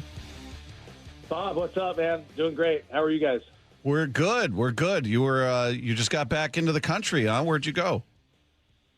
Yeah, I got back a couple days ago. I was in Europe. I started in Stockholm and just did a few days sightseeing there, and then I went to the east coast of England to play some golf, to continue my quest to play all 14 venues as opposed to the Open Championship. So I played 3 more while I was there, and had a great time. Wow. How'd you play? Did you play well? I played probably about as well as I could. Well, not quite. I played well under the circumstances, these are tough, championship level courses, and the wind is just howling. Like we're talking blow the hat off your head and make you look like an idiot while running after it down the fairway. There was always kind of windy, but there's a couple days where it was that. But it was that windy. Oh, wow. So all things considered, I played well, and it was, really, really good time. How was the food? Certainly England has a reputation, or the UK in general has a reputation for not having great food, which I understand to a degree. I mean, you can find good food. I never had a bad meal there. You just kind of got to know what to order and I guess what to stay away from. Okay. So, Brady, you sent out a tweet today that I think a lot of people were like, whoa, what happened there? And you were talking about some of the people on the PUP list, the most important or notable being Nick Eamon-Warry. What have we learned anything else? At this point, there was no word on what it was he was dealing with. Have you heard any are there any updates on that? Yeah, I'm still gathering information on that, but the sense I have gotten so far in my reporting is that sounds like he's gonna miss some time during training camp, but it doesn't sound like this is something that's going to threaten his availability for the start of the regular season. I don't know that for sure. That's just kind of the impression that I got in my initial reporting. In terms of what it is, I will say this. I think it's notable that he was placed on PUP as opposed to NFI, and NFI is the non-football injury list. So when a guy, gets hurt while he's working out on his own, let's say, during that break between end of minicamp and the start of training camp, if you get hurt on your own, you get placed on NFI. So the fact that he was not placed on NFI, that leads me to believe that this was some sort of pre-existing thing that he was dealing with. And we all know he was dealing with, or he did have to play through an ankle injury in the Super Bowl, that low right ankle sprain that he suffered 4 days before the game. Remember, it was that same ankle, I think different injury. I think that was a high ankle sprain that he suffered in the season opener. So he 2 different sprains of his right ankle. And I'm not quite in position to report exactly what it is, but I will say that it would not surprise me if this is related to his ankle. Hey, Brady, as camp approaches here, we've been kind of coming up with storylines. One of them being, we just talked today about Jalen Milroe, and it kind of interesting about where he's at. And Bob and I were looking at him out at OTAs. He seems to throw a nice ball, but just maybe accuracy problems. But then just his development. Is that going to be one of the stories, you think? I think because it's quarterback position, it's always high drama. But that one was kind of an interesting one. I don't think it's super important. But what was your takeaway from OTAs as Jalen Milroe is, since we bring him up? Yeah. There was one play where I think he kept the ball and ran with it, and it was just a reminder of how, what the Seahawks saw in him to think that, they could draft him and use him in that kind of role to take advantage of his legs while he develops as a passer. And obviously that didn't really happen last year. They seemed like they sort of abandoned that early on after he had those fumbling issues. So I think it remains to be seen whether or not they're going to give that another shot. I wouldn't count on it because, it's one thing to do that, to give it a shot when you had a coordinator in Clint Kubiak who had sort of been down that road before. He had kind of done that and built those kind of gadget-type plays into his offense in New Orleans with Taysom Hill. The current coordinator doesn't really necessarily have a history of that. He's never been a play caller, so he's never been a coordinator. So there isn't necessarily that history of it. So I don't know if they're necessarily going to go into this, thinking that they have to do that. I think an ideal scenario would be that Jalen Milroe, overtakes a Drew Lock and shows that he can be the number 2, and that would certainly alleviate kind of the roster crunch. It's tough to carry 3 quarterbacks on your 53-man roster, knowing that, one of those guys, like Milroe, after the first, month of the season, he was inactive every week, and he only suited up as the emergency quarterback, which meant he could only come in emergency situations. So they really couldn't take advantage of, they really couldn't use him unless it was an emergency. And it's tough, carrying a third quarterback on your 53-man roster who's not going to play.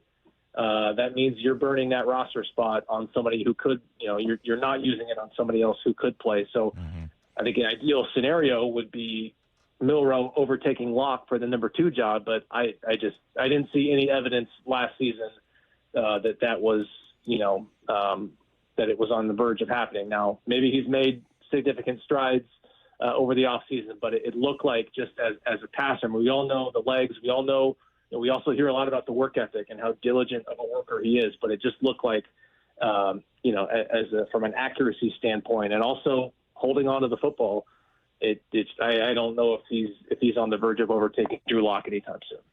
Hey, another guy that you listed as being on the PUP list is a guy that has become a favorite of Dave and I, and that's Kenny McIntosh. And not because I think he's going to be a superstar or anything. He's just seemed like a guy anytime he got a shot, there was a little fire, a little electricity to him, and he just hasn't ever been able to get on the field even when he was healthy. It just opportunity never presented itself for him.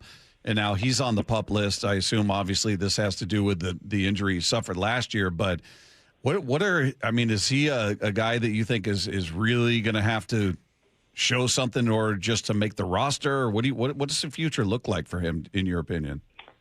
Well, the fact that they put him on PUP right now, I think that tells me that, maybe they aren't counting on him, being available for the start of the season, or maybe they sort of know that, there already is going to be a roster crunch, and maybe he's the guy that they sort of stash on PUP, for the first month or so of the season.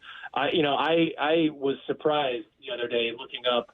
I forget that he was a 7th round pick in 2023. He's been around for 3 seasons.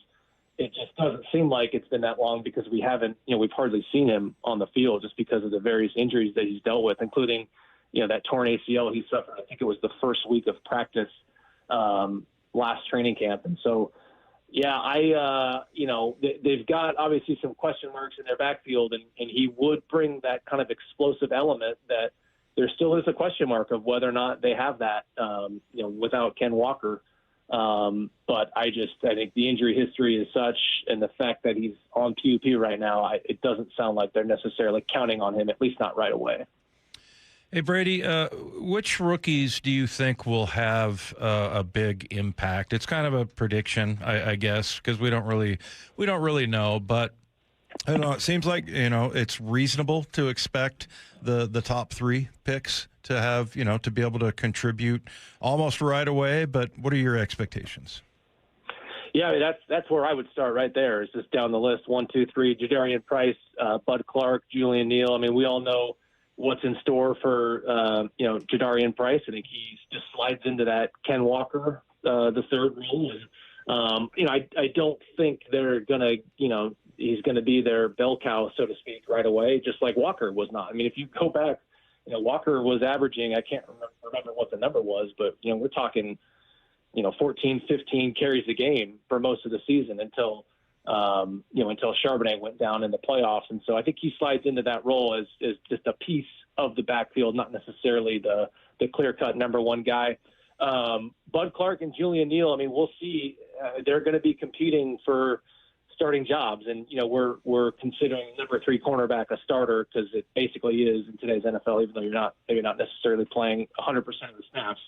I think that Ty Okada played so well as a fill-in last season that he deserves, and I imagine he will get every chance to compete for that job. So I would not necessarily assume that Bud Clark is going to win a starting job, but just with his talent and the ball hawking and the playmaking, I think that's going to be a real good battle. And the same at number 3. I don't think they're going to hand Julian Neal anything. They paid Noah Igbenogany, didn't give him a big contract, but they gave him enough guaranteed to where pretty sure he's going to be on the roster.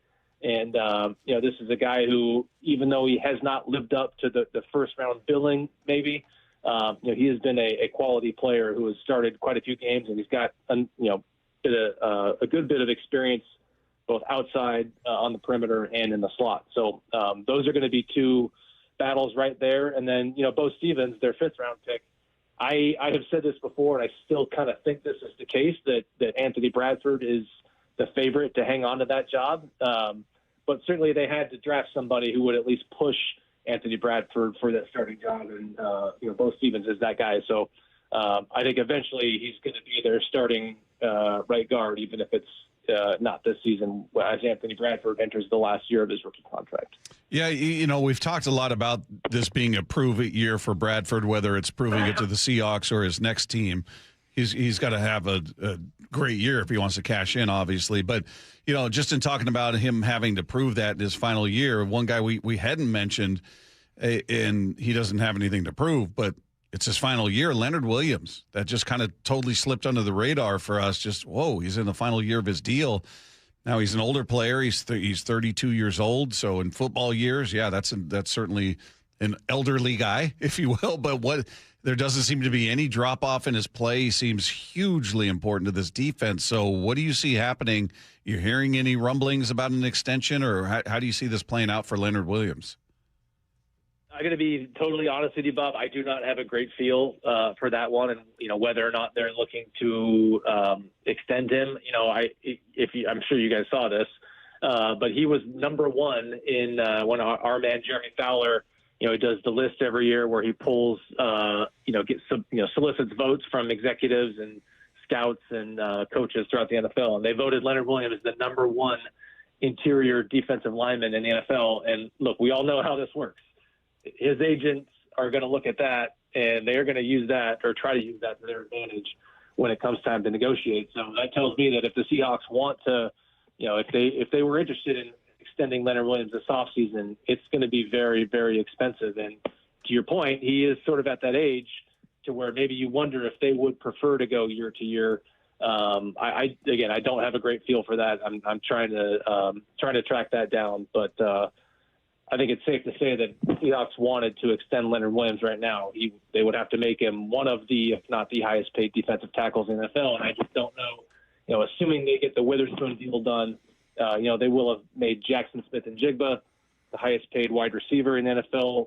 I'm assuming if the Witherspoon deal gets done, he's going to be the highest paid cornerback in the NFL.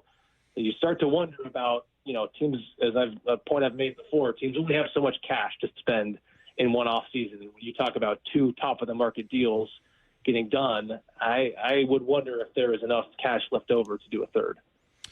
Hey Brady, what kind of how are you feeling about Brian Fleury? I mean, it's 3 offensive coordinators in as many years, and just because it was it went smoothly last year doesn't necessarily mean it's going to be smooth this year.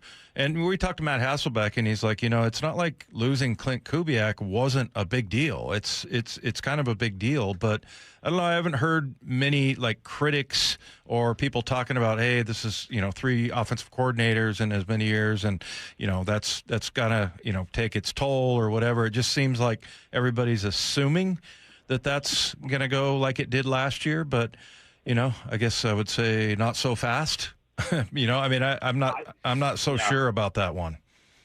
I would say not so fast. I would be pumping those brakes right along there with you, Dave Wyman, because that is. I think there's a case to be made that losing Clint Kubiak was a bigger loss than any of the the top 4 guys that they lost in free agency, including Ken Walker III. And I think there's a case to be made just because Clint Kubiak was really good at his job, and he was an experienced coordinator. And, I remember talking to Brock Hewart about this at some point earlier this offseason, and he made the point that, Now, you really cannot think of too many times that just operationally they were not sound offensively, at least in terms of the coordinator being indecisive and not getting the play call in on time, and that screwing up the whole operation. And that's probably speaks to the fact that Kubiak had done that. That was not his first go-around. It was, I think, his, third. And there is just no substitute for experience, I think, when it comes to play calling. And so it would not surprise anybody if, as bright of a guy as Brian Fleury seems like he is, and Brock has made the point that he really won Mike McDonald over in that interview with the job he did on the whiteboard. And I've reported this before. I mean, McDonald was, when he started that search, he was of the mind that he was likely going to promote from within, but Brian Fleury impressed him so much that he changed directions there and went with an outside hire instead. But as many boxes as Brian Fleury checks, and as bright as he is, and as good of a pedigree as he has, and coming in that from that Shanahan system, it would not surprise anybody if there are some growing pains when you talk about a guy calling plays and coordinating an offense for the first time. Hey, Brady, back to Witherspoon for a moment. Two things. A, you brought up his deal if they get that done. What's your sense of how close they are? Do you expect it to happen in this offseason? And B, how do you expect that he'll be used next year? Because, Rick Woolen moves on to Philadelphia. Dave's talked a lot about he feels like it would almost be a waste to put him on the outside because of how impactful he can be when he's on the inside. He can rush the passer. You can use him in all these different ways. But do you just assume he's going to be the other guy opposite Job on one side, or maybe Julian Neal could be that guy and he can still play inside and all over? How do you see him being used? And then contract-wise, do you feel like that's close and it may get done this offseason, or what's your feeling there? Yeah, we'll just start with the on-field stuff. I mean, I would imagine that a lot of that has to do with, what is your, who's your number three and how ready is he? Because I mentioned Igbenogany has played quite a bit inside.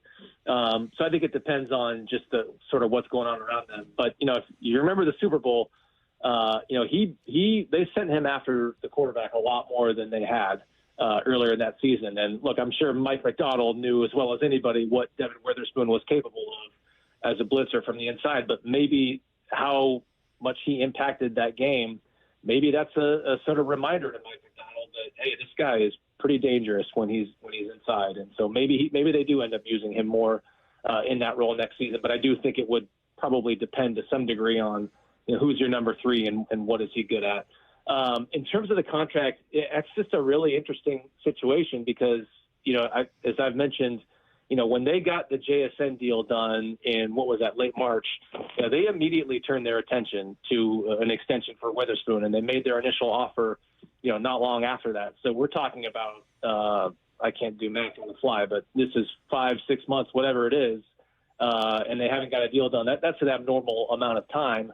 I don't know that it is necessarily a matter of the two sides being far apart on a price, because my sense is that the Seahawks have been prepared to make him the highest paid cornerback in the NFL. That distinction obviously belongs to Trent McDuffie of the Rams. I think it's $31 million in new money per season. My guess is that I don't think anybody with the Seahawks would argue that Witherspoon is not a better player than McDuffie and that he's not, worth just something slightly above that. I don't know if it's about money so much as I just think, you've got to have both sides being willing to engage. And I'm not sure. I wonder if this is dragged on because Witherspoon's side has not been as willing to play ball as the Seahawks have. Now the question becomes, why is that? Well, a couple ideas. One is that the agent who represents Devin Witherspoon also represents Christian Gonzalez of the Patriots. And that's going to be a similarly, top of the market deal. And maybe he's waiting to get that done before he gets the Witherspoon deal done. To get a little more conspiratorial, I would remind you that Hard Knocks is coming to Seattle. And look, it would not surprise me if this situation drags on just long enough for the Hard Knocks cameras to document it and to show the entire, NFL viewing public who exactly made Devin Witherspoon the highest paid cornerback in the NFL. But bottom line, I think this deal is going to get done, and I think he's going to be the highest paid guy in the NFL It's just a matter of how long into training camp and whether Christian Gonzalez's deal gets done first. Hey, Brady, who do you think that they'll sort of focus in on? I think that's a game that a lot of people have played. Is it going to be Mike McDonald? I'm talking about Hard Knocks. Is it going to be a guy like Devin Witherspoon, maybe Bud Clark? We've talked about Sam Darnold and Ernest Jones and their relationship. What do you think? I think all of the above. Yeah, I mean, I think even after Witherspoon's contract, assuming that gets done, I think he's still going to be a focal point of Hard Knocks, just because he is such a lively, energetic guy. And if you are out there, which I know you guys have heard this before, but for the listeners out there who haven't been to a training camp practice, you can hear Devin Witherspoon even when the music is playing, because he is just constantly, the volume is turned up and he's talking smack and he's hooting and hollering. So he's just a guy who I think is, and it's not an act, it's just who he is. And I think so the cameras are naturally going to find him.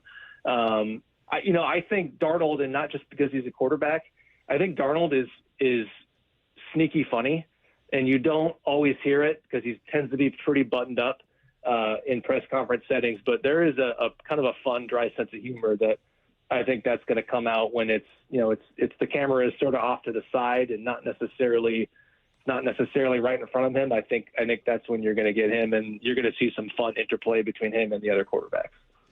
Brady, as always, great stuff, man. Welcome back. We appreciate the time, and we'll see you out there at training camp. Yeah, looking forward to it. Thanks for having me, guys. Thanks, Brady. There you go. There's Brady Henderson of ESPN.com. If you guys missed any part of that conversation, you'll be able to find it on the podcast page after the show. Just go to SeattleSports.com, click the podcast tab, scroll down to our picture, click on that, and it's right there waiting for you, as it is each and every night after the show. And don't forget, click subscribe, totally free, and then it just shows up for you. Don't ever have to worry about remembering. Meanwhile, there could be a surprising position battle for the Seahawks during training camp. We'll get into that coming up next with Wyman and Bob. It's Seattle Sports on 710. Jeff Passan, every Tuesday morning at 8:30 with Brock and Salk. The problem that I'm seeing right now, Brock, is the absolute mediocrity of the American League has a chance to completely upend our expectations of what a trade deadline looks like. That because the standings are so flat in the American League, this could be a molasses slow deadline. Get more on the Seattle Sports YouTube page and the Seattle Sports app.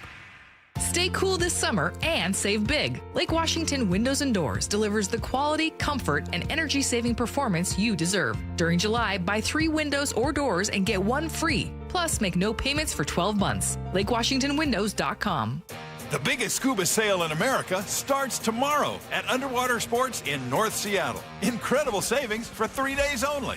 Divers Fair only happens once each year at Underwater Sports, 107th and Aurora Avenue North.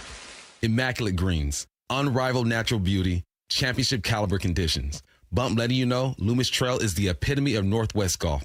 With water in play on every hole and tree-lined fairways, you better hit them straight. Loomis Trail provides a fantastic golf experience for those who want a challenge and those looking for a fun getaway. What round are you up for? Tee times available online at golfloomis.com. Start planning your perfect golf getaway today. After the round, enjoy a stay at Silver Reef Casino Resort. Go to golfloomis.com. Valvoline Instant Oil Change presents Wisdom from the Road. Summer means wide open spaces and a whole lot of extra miles. The last place you want your engine to give out is halfway to nowhere. Out here, low oil or a weak battery is just an ambush waiting to happen. That's why every oil change at Valvoline Instant Oil Change includes an 18-point maintenance check. These techs are trained to help spot issues early and keep you riding easy. Valvoline Instant Oil Change. Change wisely. Progressive knows you've got plenty of things to worry about. What time does the kids' practice end? How long has that check engine light been on? Are takeout containers microwave safe? So the last thing you should have to worry about is what to do if something unexpected happens on the road. That's why if you're ever in a major accident, Progressive's accident response can detect it and send help. It's just one less thing to worry about. How long does chicken last in the fridge? Progressive Casualty Insurance Company and Affiliates. Limited availability in California. Driver is responsible for emergency and towing charges not covered by the policy. Get in the zone, AutoZone. Summer's finally here, and we're kicking it off with a whole lot of free. Free brake pads with Duralast rotors. free oil filter with 5 quarts of oil, free Armor All wipes with Armor All glass cleaner, and more. More free, so you can have more summer. Celebrate free at AutoZone. Now through July 27th. Restrictions apply. Get in the zone, AutoZone. Here's the deal. The government is over $38 trillion in debt, which means the IRS isn't slowing down. And the tax code is complex and unforgiving. So it's not surprising if you're one of the millions of Americans that owe back taxes to the IRS. Unfortunately, they're the world's most powerful collection agency, with the ability to garnish your wages, seize your bank accounts, and even take your home or business. But don't be stressed or worried any longer. We're Optima Tax Relief, America's most trusted tax resolution firm. We have resolved over $3 billion in tax debt for our clients. Our award-winning professionals deal with the IRS every single day, protecting our clients and preparing them for the best possible resolution. For tax help you need, for tax help you can trust, give Optima a call today. Call 800-343-6460. 800-343-6460. 800-343-6460. Optima Tax Relief.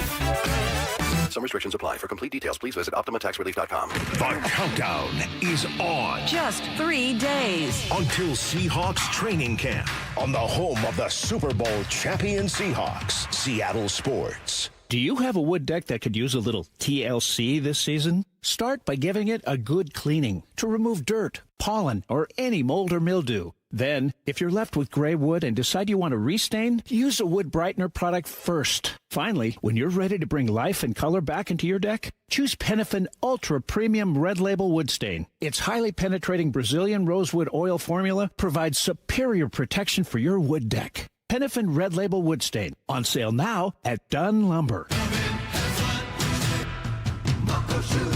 Start having fun. Caesar Sportsbook at Muckleshoot Casino Resort is your #1 place to eat, drink, watch, and have fun. Keep up with your favorite sports anywhere and everywhere on property with the mobile app. Visit MuckleshootCasino.com today. Scan the QR code and let the play begin. Muckleshoot. With Progressive's Name Your Price tool, you can choose the best coverage option for you. Because you know you. Like, you know that hiking isn't for you. Sure, it sounds nice to be in nature while exercising, but that's what a gym and houseplants are for. I mean, you don't even like walking upstairs. So why would you walk up a hill for miles? To what, end up high in the air? Come on, you know you're scared of heights. Only you know you. So get coverage options within your budget with Progressive's Name Your Price tool. Progressive Casualty Insurance Company affiliates. Price and coverage match limited by state law. When you see this in your kitchen, the stainless steel fridge is covered in fingerprints. You hear this. Leslie, people are going to think you were raised in a barn or by wolves, or raised in a barn by wolves. Fortunately, Wyman Stainless Steel 3-in-1 cleans, shines, and protects to give you the best shine. A spray and a wipe will have your fridge shining like a mirror. Wow, my fridge looks brand new. Your fridge looks amazing, Leslie. Sorry, I was being a little dramatic earlier. Your kitchen says a lot about you. Let it brag with Wyman. Wyman and Bob. From the Quantum Fiber Studio. Weekdays 2 to 7. On Seattle Sports and 97.3 FM HD2. Taking a look at training camp, which, again, we will be broadcasting live from Seahawks training camp starting next Monday, 1 week from today. And potentially, you know, there's always position battles out there, but I guess maybe one of the more surprising ones would be for that backup spot. And Ian Rappaport on the Insiders says he feels like there's a strong competition for that backup spot with the Seahawks. Yeah, and that actually would be great news for Seattle. Not just that they have a legitimate competition, but if Jalen Milroe can come out and win it, would not only justify that draft pick, but also give them another potential option. We'll see into the future for Seattle. That would be excellent, excellent news if Jalen Milroe does, in fact, win that job. I mean, I don't doubt there's a competition. I certainly don't think they go into camp and they just anoint Drew Lock as the backup and that's the end of the conversation by any stretch. But from what we've seen when we've watched, there doesn't seem to be a lot of what would I say? I don't feel like they're that close when we watch them throw the ball out there. It doesn't feel that close to me. Now, maybe Milroe's been working on a lot of stuff, and he's going to look completely different. You certainly allow for that. And him talking about justifying that draft pick. They spent a third-round pick on him. So I get that part of it, but I don't think that's going to inform their decision making. I think they're going to go with who gives us the best chance to win a game if Sam Darnold goes down. Yeah, and if Sam Darnold goes down, I would expect it would go this way, that Drew Lock's probably going to be your backup this year. And, we still don't know what Milroe is best at. I mean, we saw him in college, and then John talked about when he drafted him that he wanted to use him like as a weapon and, kind of sprinkle him in here and there. And then that really never materialized. And then, what they started doing, and this is what we've seen. And I talked to Matt Hasselbeck about this, by the way, and I was like, why do you think they're not using Jalen Milroe in a way where you put him in, a run package and do all kinds of different, no drop back passes? And, Matt was saying, well, they know what he can do as far as that's, he can run the ball and he can, be part of an option maybe and all that kind of stuff. Or, some kind of a play action pass game, whatever. But, what they don't know is whether or not he can be a drop back passer. And you and I were sitting there looking at him that one day, and then I'd been out there a few other days where he didn't look great. As far as just a drop back passer. Yeah. And that's just that. I think that's what they're trying to develop. So that makes it hard to kind of figure out what's their plan. And maybe, we'll get a better feeling when we're out there at camp and figure that out. But right now, I mean, I think Drew Lock's definitely your backup quarterback because I don't think whatever they're going to do with Jalen Milroe has developed enough. Yeah. So, but yeah, I mean, it's a good question because I know that they really like him, and I think John especially had a pretty good idea in his head about what he wanted to do with him. And we didn't see really any of that. He's super intriguing. I get the appeal or the excitement about his potential because he's an athlete. I mean, he's just a guy who you look at and go, wow, he could be a real problem for a defense. And he throws a nice tight spiral, and he's got it. Looks like he's got zip on the ball. That's not the problem. It's just his accuracy. Just when we were watching him that day, and you've certainly seen him on a number of other days. I watched him last year as a rookie, and you just take that with a grain of salt. It's his first time out there and all of that. But just in these mini camps that we watched, I was like, yeah, his accuracy just isn't there. To me, it didn't seem like much of a competition because I would say arguably that every time I look at Drew Lock out there throwing the ball compared to the other two, and that includes he looks better in practice. He looks really good when you see him out there. And I'm not making the case that he's a superstar or anything like that. He throws a very nice ball. He's accurate. He looks confident out there. It didn't seem like it was much of a competition, at least there. But look, that can absolutely change, and I'm intrigued by the potential of Milroe. I just don't know, if to me, he would have to take a pretty big step from what we've seen in order to supplant Drew Lock. Yeah. That's what my eyes tell me. Now, what they're seeing behind the scenes, they're certainly seeing a ton more than I would ever hope to see. So maybe there's some things in his, pros and cons column, the pro column that we're not seeing that they're going, hey, man, this is really good, and this is also really good. But just the eye test of watching them throwing to receivers like everybody else out there, to me, it didn't feel that close. Yeah, no. I mean, and it really, there's nothing to go on. I mean, you don't want to look at that Green Bay game because, last year and at the end of preseason because they were just like using him as a drop back passer. That's not really what he does. His best game was in the preseason against the Chiefs. And he went 3 for 5 for 46 yards, and he showed some flash and everything. He ran the ball a couple of times, but that's going to be one of the cooler sort of stories to watch during camp to see what exactly are they going to do with him. What's the plan going forward? But I just don't know with their offense right now. They're working so hard. You got a new offensive coordinator, you got new running back. You really want to run the ball. I don't know how much they're going to get to that, Yeah. I mean, if you can only work on so many things and you can concentrate on the things that you really want to. And so, but, look, I mean, we've seen a couple of practices where you're right. I mean, he throws a really sweet looking ball, but it's just not, we saw him inaccurate a couple of times. And then, especially when it's him in the pocket. Yeah. But, there was lots of plays where you're like, man, you could roll that guy out on the edge. He's got an option to throw or run.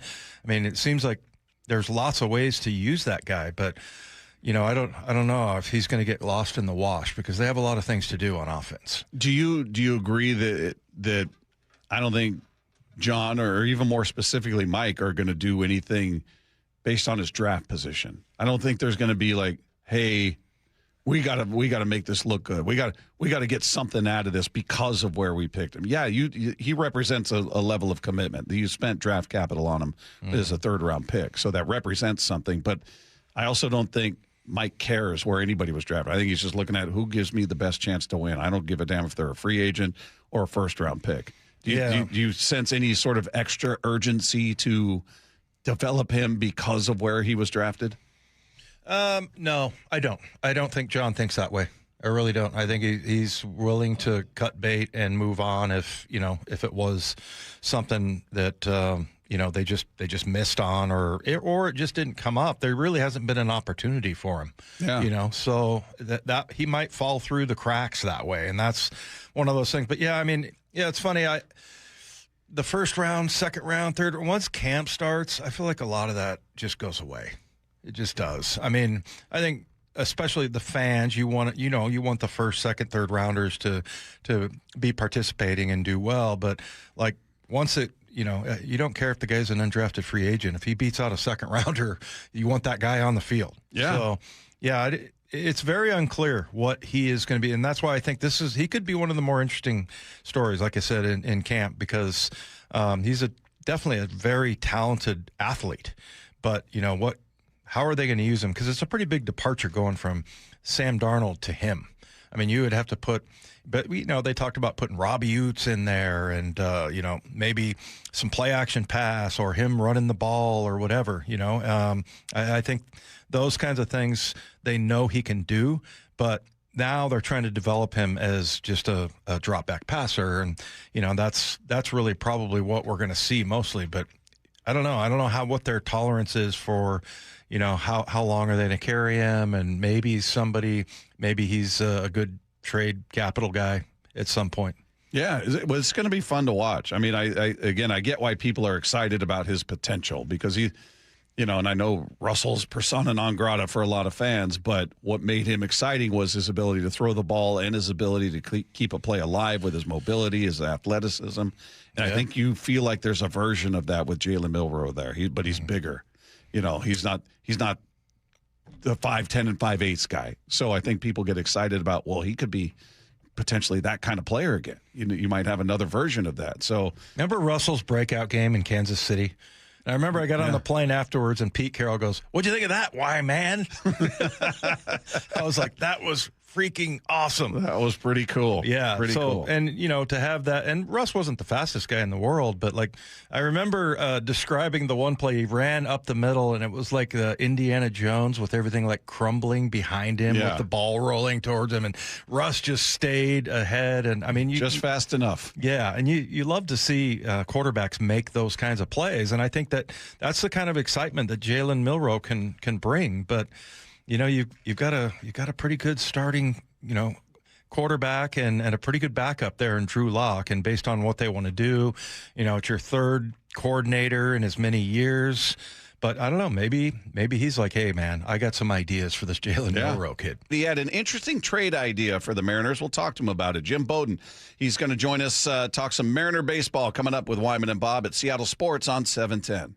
Seattle Sports, home of Bump and Stacy, weekdays 10 to 2. Safety Nick Manwari on PUP to begin training camp. One thing I want to say about preseason PUP is it is not the PUP list to miss time during the season. It could be something real simple.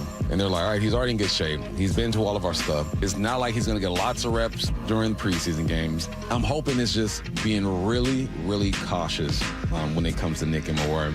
Watch live or later on the Seattle Sports YouTube channel. Stay cool this summer and save big. Lake Washington Windows and Doors delivers the quality, comfort, and energy-saving performance you deserve. During July, buy 3 windows or doors and get 1 free. Plus, make no payments for 12 months. LakeWashingtonWindows.com. Cool car. Cool people. Good tires. It's the Good Guys 38th Griots Garage Pacific Northwest Nationals, a giant car show featuring over 3,000 of the Northwest's finest hot rods, muscle cars, classic trucks, and more. Enjoy live music, a free family fun zone featuring the Auto World Model Car Make and Take, and earth-shaking Nitro Thunderfest and more. Happening all this weekend at the Washington State Fair Event Center in Puyallup. Details at good-guys.com. Your neighbors at Three Tree Roofing love telling you no. No high-pressure sales pitches. No Band-Aid fixes that will fail come wintertime. No outrageous pricing from some corporate-owned roofing company with headquarters thousands of miles from here. Three Tree Roofing is local, family-owned, and their team will build you a worry-free plan for your roof replacement, completely free. Visit 3treeroofing.com to schedule your free estimate and call today to say yes to an additional $500 discount. That's 3 Tree Roofing, your Puget Sound roofing experts. These days, everyday savings add up. Get more for your restaurant, food truck, or big event at Chef Store with warehouse savings on the food and supplies you use most. No membership required. Plus, we're open to the public. Visit Chef Store today. At Farmers, our honesty is contagious. Wait, am I going to catch honesty? Well, when you're with Farmers, it's kind of inevitable. Well, how long does it take to... I lied to you when you asked if I knew what a deductible was. I don't know my dad's birthday, and I thought umbrella policies were for rainstorms. Actual rainstorms. I have it, don't I? You don't just have honesty. You have Farmers. Bum, bum, bum, bum, bum, bum. Learn more at farmers.com. Underwritten by Farmers Truck or Fire Insurance Exchanges or affiliate. Products not available in every state. Download to see if you qualify. Not all customers will qualify. Transfer fees may apply. No Albert subscription required. Albert is not a bank. Albert Instant Loans are issued by FinWise Bank, member FDIC. Not an actual client. Terms apply. Kylie, what's wrong? I just got hit with a car repair bill. I'm behind on rent, and I feel like I can never save any money. Have you tried the Albert app? Albert is your financial assistant, helping you find ways to save and create custom budgets to actually grow your money. Plus, you can get up to $10,000 for big expenses or advance up to $1,000 fast when you need cash right away. Albert can get me up to $10,000? Exactly. Albert spots you in a pinch and helps you grow your money in the long run. I'm downloading Albert right now. Download the Albert app and use promo code CLEAR to borrow up to $10,000 for whatever you need. The Albert app helps you budget better and save more money so you reach your financial goals faster. Download the Albert app right now and use promo code CLEAR to borrow up to $10,000. Use code CLEAR to borrow up to $10,000. Hi, Chef John Howie here. At Sea Star Restaurant and Raw Bar in Bellevue, we've been serving the East Side for more than 24 years. We love serving our guests and creating wonderful memories. We also love serving the community, from local schools to amazing organizations like Hope Link, the American Cancer Society, Bellevue LifeSpring, and so many more. I want to thank you, our guests, for supporting Sea Star all these years, making it possible for us to serve and help those in need. Thank you. SeaStarRestaurant.com. Just 3 days until training camp for the Super Bowl champs. And nobody has it covered like the home of the Seahawks, Seattle Sports. Cascade Machinery and Electric, family-owned in the Pacific Northwest's industrial machinery expert for over 100 years, is hiring outside sales representatives in Alaska, Washington, and Oregon. If you're an experienced seller of industrial equipment, highly motivated, and can manage your own territory, this role is for you. The salary is competitive, commission uncapped, and benefits are great. Visit cascade-machinery.com/careers and apply today. Cascade Machinery and Electric, powering the Pacific Northwest since 1918. This is a special alert to all Americans who own a vehicle with less than 200,000 miles with an auto warranty about to expire or with no warranty coverage at all. Due to a decline in the economy, CarShield is announcing a low-cost month-to-month vehicle protection plan that is now available to the public to save any driver out-of-pocket expenses on future auto repairs. Call now to find out how you can pay almost nothing for covered auto repairs. Yes, you heard that correctly. Pay almost nothing for covered auto repairs. An open phone line has been established for all drivers to call for a free quick quote. Call 800-330-8323 now. Drivers who are covered will not have to pay for covered repairs again. This protection plan is at an all-time low. Additionally, drivers who activate this vehicle protection today will also receive free roadside assistance, free towing, and car rental options at no additional cost. Call us for your free quick quote today. 800-330-8323. That's 800-330-8323. What do you have to lose? Call 800-330-8323. Again, 800-330-8323. Step inside and let the excitement take you places. This is Muckleshoot Casino Resort, the ultimate spot for action that reaches incredible heights, luxury that knows no bounds, and live entertainment that always thrills. It's all at one incredible destination. So when you look for the best, look nowhere else. Muckleshoot Casino Resort, the biggest and best in the Northwest. Muckleshoot.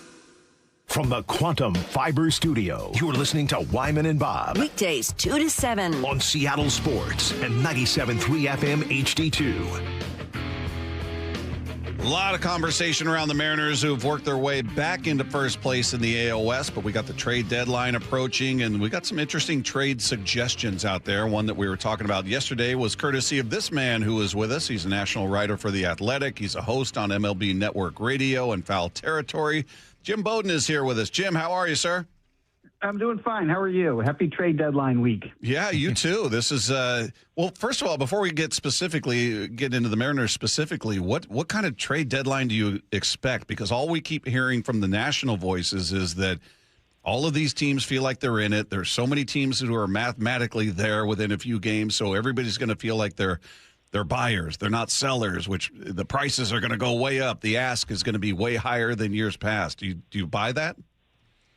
Yeah, Bob, I find it really fascinating. As you know, I stay in touch with all 30 of the front offices on a regular basis. And, yeah, there are a lot of teams that are telling me we're going to see how we do through the weekend, and then we're going to make our decision. And so I think because we have so much parity, so many American League teams within striking distance of the wild card, same thing in the National League, that teams could go either way. But, normally it does kind of, work its way out. Like we already know Colorado, the Angels, Royals, Mets, Giants, Reds, they're selling. We know Toronto's pretty close to selling. Detroit hasn't made their decision yet, but they're going to have to go on a pretty good run of winning to probably not go out there. So, you got Washington and Miami that, again, they're going to look this week to see how it goes, decide which way to go. But there is enough out there with the selling teams to satisfy every contender with at least one acquisition that would help them get better. And in fact, I'm writing an article for The Athletic for Friday where I have that one target for each team, which realistically they can get even if more teams don't sell. So, look, I think it's going to be a very interesting 10 days to say the least. I don't think that we know and won't know until the end if Tarek Skubal, Joe Ryan are going to headline, the trade deadline. It may end up being the Mets. It may end up being the Blue Jays that end up being the headliner instead. But again, we just have to wait and see. But it'll be fun either way. Hey, Jim, we were receptive to your idea yesterday, and then we saw George Kirby pitch last night, and now we're not so excited about it. His sixth consecutive quality start. Yeah.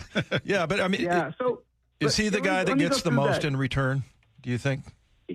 Yeah, I mean, let's do it this way from there. First of all, my preference would be to keep all five starters in trade Castillo, obviously, because of age and money. Right. My preference would be to keep all of them. That's what I would prefer to do. I'd rather take one of them and put them in the bullpen when Cade Anderson is ready.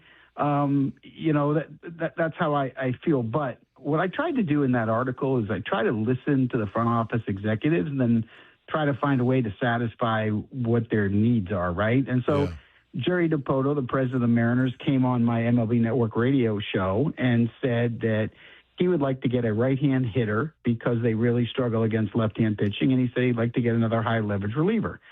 So I just kind of looked through the 29 other teams to try to figure out a way, how can I get the Mariners a right-handed bat that the Phillies and other teams have been trying to get that just aren't out there, and get the reliever that he wants. And so then I kind of landed on, well, the Giants do have Casey Schmidt, who's got 19 homers on his way to 25 to 30.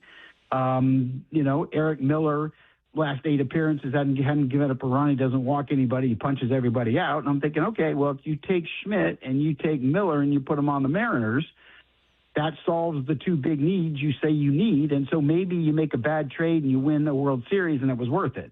Yeah. So that was like the thought process behind, the Theo Epstein idea of I'll give up too much to get a Aroldis Chapman, but if I win the World Series, it's okay. So that was kind of my thinking, behind it. But my preference would be to keep all of them. But at the same time, when I look at some of these young pitchers and I see they haven't been signed long-term and the control is, 2.5 years left, at some point you have to think about, is it time to consider moving one of them? Well, and just to continue with what you said there, the idea of I'll trade too much if it becomes, if it turns into a World Series berth, is it, on the surface, when you look at that proposal you put out there, is that too much? Are the Giants technically on paper, do you feel like, they're winning that trade if we're just going value for value? I think the Giants win the trade, and I think the Mariners team is better. That's where the balance is. You got Kate Anderson sitting in the minors that I think can do what Kirby's doing. So it's replaceable. So if I added Kate Anderson and Schmidt's 25 to 30 homers and Miller's impact in the back of the bullpen, does that give me a better chance to win this year? I think so. Yeah, I think so. That's kind of how I looked at it. But yes, it's giving up too much for me. I'd like to keep all the pitching. It's so hard to get. Yeah. That would be my preference. But I was trying to find a way to satisfy what Jerry's trying to do. And it's not easy in this marketplace right now to get a right-hand hitter.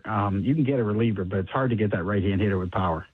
Yeah, I mean, it's always painful, right? You have to give up somebody that, might go on to conquer the world. But, hey, I wanted to ask you, Jim, if you what do you think about Cal Raleigh and, what happened last night? Could that be a catalyst? I don't know if you saw the highlight or whatever, but just him breaking out of that slump, I thought, the way he ran around the bases was like, okay, that's old Cal.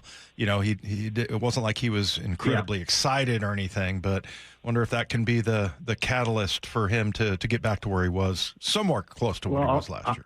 Well, I'm going to pray for that. Look, I told people on foul territory 10 days ago, I said the Mariners are going to win the AL West and they're going to run away with it in August and September. And that's without making a move. And I stand by that assessment. And I stand by the assessment because nobody else has that kind of starting pitching. And in August and September, that's when the proven starting pitchers beat other teams that don't have that. That's when they separate. The other reason is I saw the Mariners play the Marlins in Miami just before the All-Star game. And the Mariners look really flat. And I was like, what is going on with this team? I think the Marlins swept all the games I saw. Yeah. I think they were, and they weren't playing. They looked like the Phillies and Red Sox did in April, right? It was like it was awful. It's just not unbelievable. It's hard for me to watch Julio Rodriguez not. When's the last time we saw him at a home run? I don't remember the last time I saw him at a home run. I really don't. Cal Raleigh, how do you go from 60 homers and second in MVP to this? Like, how does that happen? So I tend to normally think when you don't have age and decline as a reason and you don't have injuries as a reason and the players are healthy, I tend to think players end up performing by the end of the year the way they're supposed to. And so my feeling would be if I was a betting person, and I'm not a betting person, even in this era I'm not, I would say this. I believe the Seattle Mariners will be in the ALCS. I don't know if they get to the World Series, but I think they're going to get there. That's how much I like this baseball team, and I have. Why they're not playing better is befuddling. Why they didn't play with any energy. I see a lot of teams come to South Florida, and they don't play with energy the next day, and I get it. I see some of them at 11 or some of the clubs down here, so I kind of understand why. But when you have a team this good, there's no reason they should be around 500. There's no excuse for that. Hey, and looking at that rotation, we've always, Jim, kind of come to the grips with the idea that, all right, of the four young guys, and just for this conversation, I'm excluding Emerson Hancock, who's been brilliant this year, by the way, but we've always felt like maybe they keep two, they can't pay all four. That's just not reality. So we're always like, all right, well, which two? Let's pretend they're going to keep two. Which two would you say, these are my guys, I can't let them go? If that were your decision and you're looking at Gilbert, Miller, Wu, and Kirby, who are the two you look at and go, I'm not letting these guys go? The other two I would begrudgingly part with. Yeah, if it's my decision, I said it before, I'll say it again, I'm keeping all of them. Period. And Kate Anderson. And the owner's got to pay for the owner's got to pay. And I've got to explain to him how difficult it is. And I'm not going to quit fighting for that. It's hard for me. I mean, it's easy for me to sit there and say, hey, Logan Gilbert has to be one of them. I love Brian Wu. Bryce Miller's been your best pitcher, and I'd probably decide, 2 out of those 3. But here's the disadvantage I have. I'm a couple thousand miles away. I'm not in the clubhouse every day. I don't get to watch the work ethic. I don't get to watch them in meetings. I don't get to watch their leadership qualities. I don't get to watch how they make adjustments, how they learn, what their passion is, how much they actually love the game, how much they want to be the best they can be. And those intangibles is how I would decide between the 2 I'm keeping if that scenario had to happen. Yeah. But in the meantime, I would fight with all my might to have my owner sign all of them. But I also would have tried to sign all of them by now. Yeah. I don't like waiting. Once you get 2.5 years out, oh, God, it gets scary. And then 1.5 years, forget about it. Like, it just gets harder every single time. That's why before Kate Anderson makes that first pitch, I've got him signed. I'm giving him the $100 million. I'm not even going to wait till he gets to the show and prove it. Here's your $100 million. I'm not going to wait. Reg just did it to Chase Burns, who's an 8. If I can sign him, and I don't think he's a 1. I think he's a 2 or a 3. But you sign them as early as you can. That's my opinion on that. Or at some point, unfortunately, they're going to end up having to trade one of them, maybe even as early as this offseason. He is a national writer for The Athletic, a host on MLB Network Radio and Foul Territory. Jim Bowden has been our guest here, does a great job. Jim, really appreciate you cutting out time. We love the conversation, and hopefully we get a chance to do this again soon. Yeah, Bob and Dave, and I love your show, by the way. I appreciate you guys. Thanks, Jim. You. Thanks, Jim. Appreciate you. There you go. There's Jim Bowden, does a great job covering the sport of baseball. He's talking to all these teams and feels like it'll be get active. I like his idea there. Just pay them all. I'm with you. Pay them all. Yeah, I'm on board with that plan. I just don't think ownership is. So I would love to hear him making that case to ownership. Like they're in a room and, all right, present your case, sir. Let's hear it. I think he'd start off with, well, do you want to win a World Series or not? Yeah. How important is the World Series to you? Because I can tell you how to get there, but you need to let me know, is that truly your priority at all costs? All right, that does it for us. I appreciate everybody tuning in. If you missed anything from today's show or any day, all you need to do is head to seattlesports.com, click the podcast tab, scroll down to our picture and click on that, and it'll be right there waiting for you. And as Dave and Lefko tell you every time, click subscribe. That way it's downloaded automatically for you. You never have to go through that process again. Either way, we appreciate you tuning in. We're back tomorrow right here with Wyman and Bob, Seattle Sports on 710.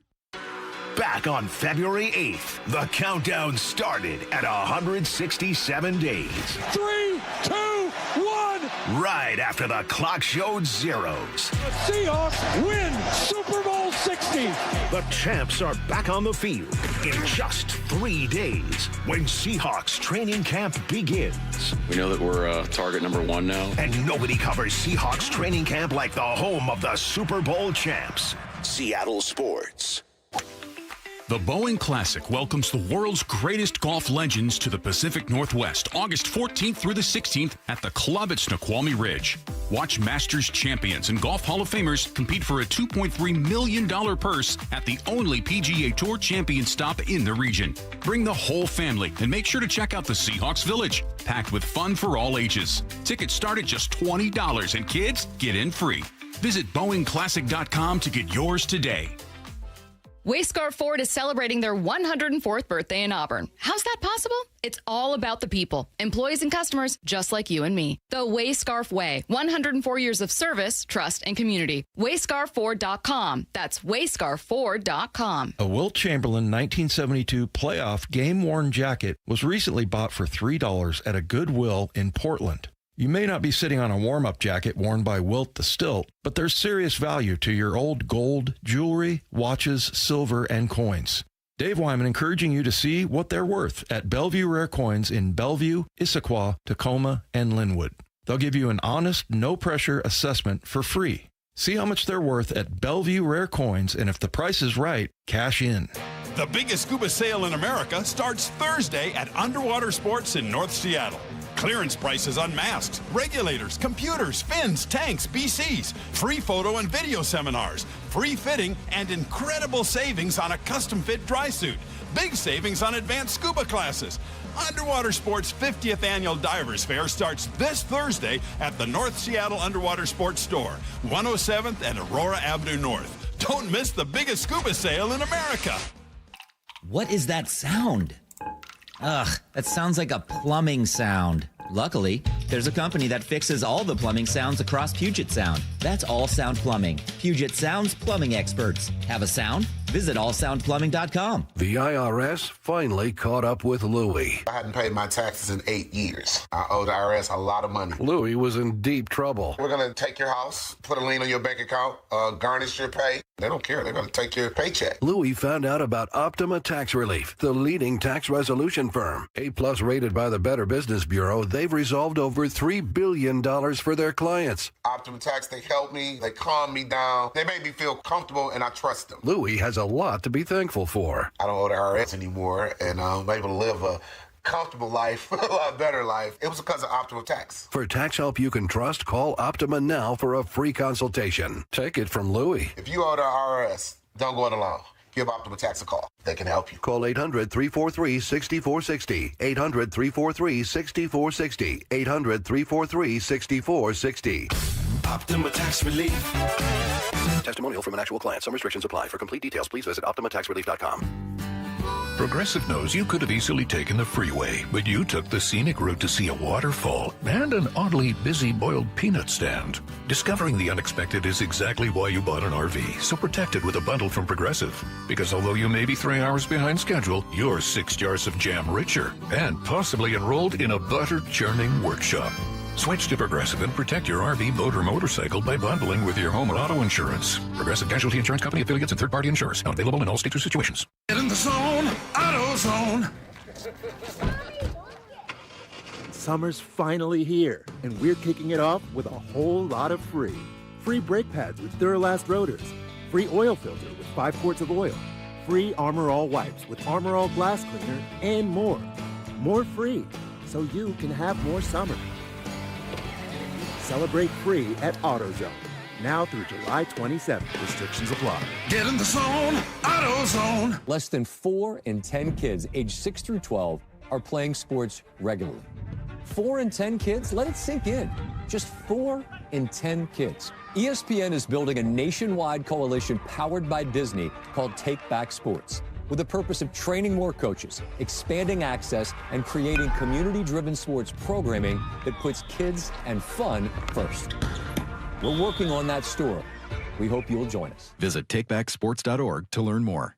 My name is Whitney Allen, and I'm a widow. My husband, Ryan, died. We never thought we'd ever have to use life insurance, but the unexpected happened. With Ethos, signing up was fast and 100% online.